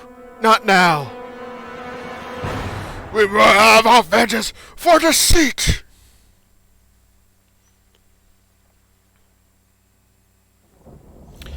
The floor and walls are now glowing, floating, and breaking apart. Another Volker enters the room. She looks concerned for the barely conscious Dusa and mortified by Juno. You lied to us! Your oaths meant nothing! Volva's rage is consuming him, and he is spitting more than speaking. Is that Beller's fan body? Not just his body, I fear.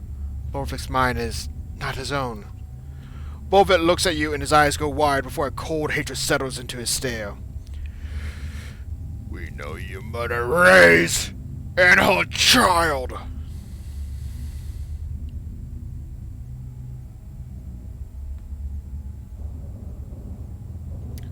Who are you talking about? Who? We who?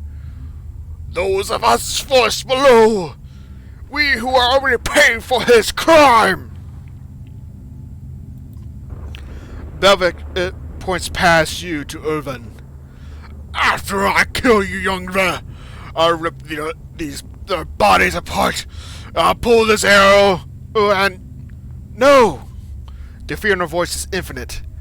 Irvin reacts to her by screaming, and the whole tower pulses with cracked energy, shaking violently. Ivor! Help Irvine hold off Dirce. Kill Bolvik! You're the only one who can. Bolvik growls deeply and stands to his full height, brandishing his axes. He looks stronger than ever. Stay where you are, young Ver. You step forward, but feel the air thickens around you for a moment, stopping you. Then suddenly releases his grip. No, Zephyr. Now you will do as I say. The vocal Zephyr looks shocked by Juno's control, but you waste no time in charging Bolvik. You slam your head into him and with tremendous force, sending him reeling across the room.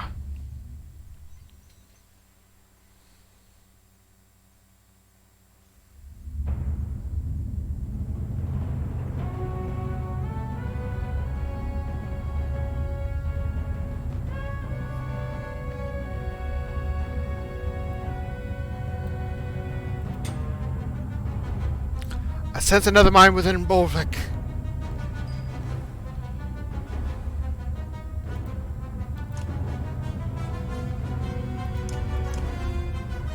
For all the people who have fell to your schemes, you repay. I says this item.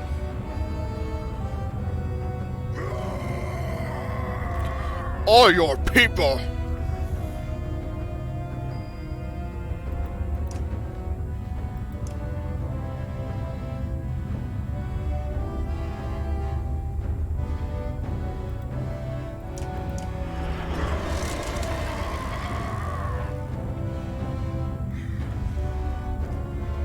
Zephyr's under my control, but I think both of us possessed by Belura.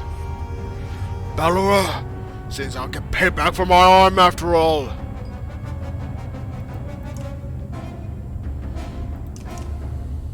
Rays and thousands of others will be avenged!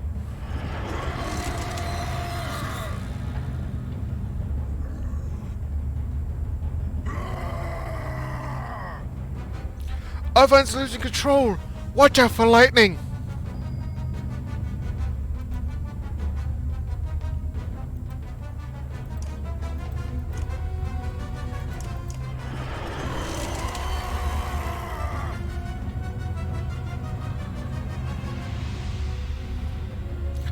Rise, Zephyr's Ren!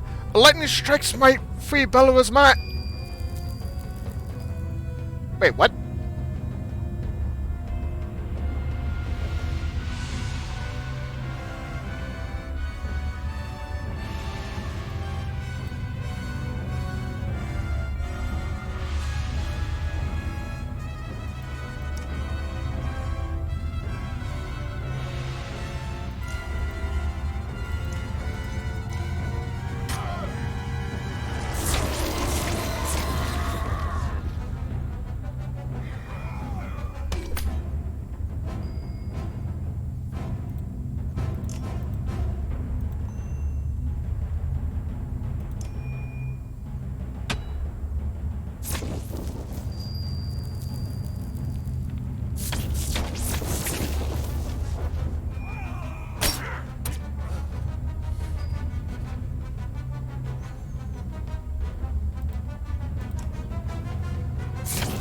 Okay.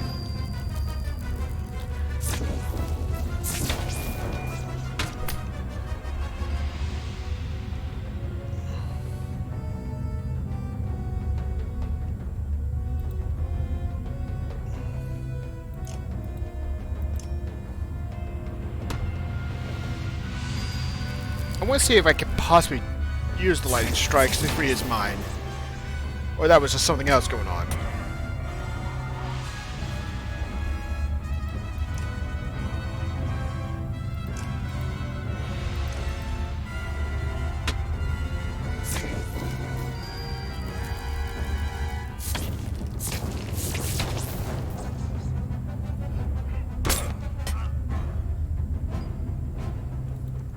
Wait. Oh, he doesn't have the...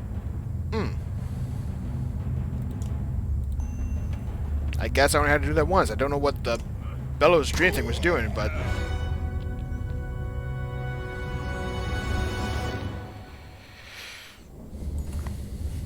The roof of the tower is collapsing, along with the walls. Overon has clearly strained himself beyond his limits. Ivra, grab Bellows' body and bring it close. Juno shouts, we'll drop into the vast us of the way north. You do as you're asked just as Overon loses control.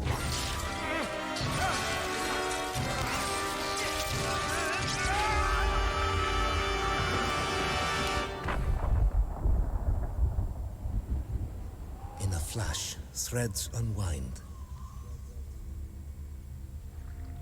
Our intentions gone. Our fates laid bare. We are forced to change, pulled in new directions. For good or ill, we cannot know.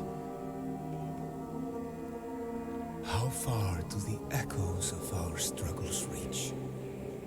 What can we expect from our efforts in this breaking world?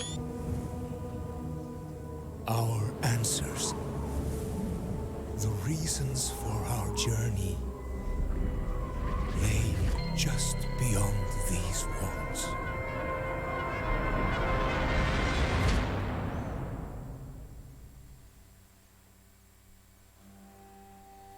Alright. Normal difficulty. I have my struggles, I have my ups and downs. I have my tempo tested a couple of times and my worries noted. But I hope everyone who's here will enjoy the stream for the most part. I probably won't play the third game until 2 weeks from now. Or at least not this coming week, but next Saturday. But I look forward to it because at that point it's a blind playthrough. I won't know what to expect, and I'm going to make a whole lot of mistakes. And it's doing what I think is best. But when this comes to an end, let's see who. Oh.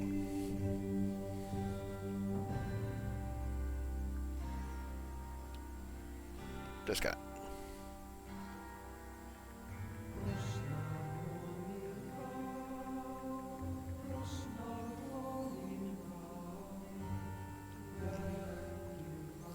Alright. For now, let's see who's streaming so I can send all you guys off on the raid.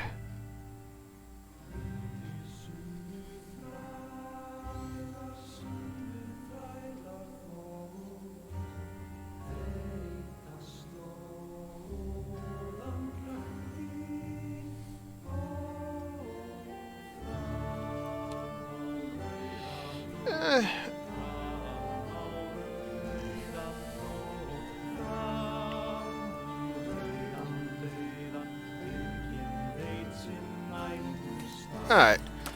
Got someone I'm gonna rate. The raid is being set up.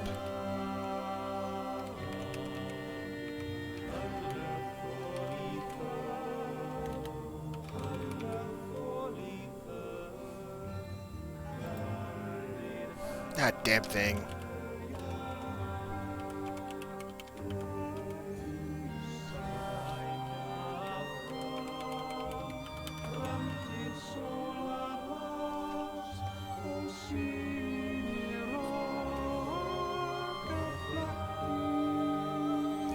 Alright.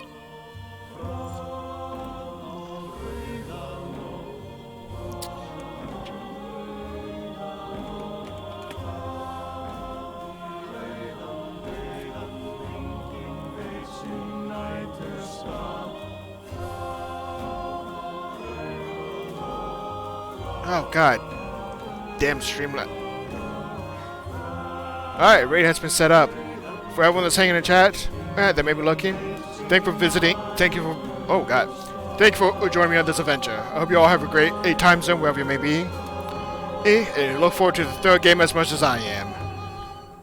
And hopefully I don't make too many mistakes and I don't go insane.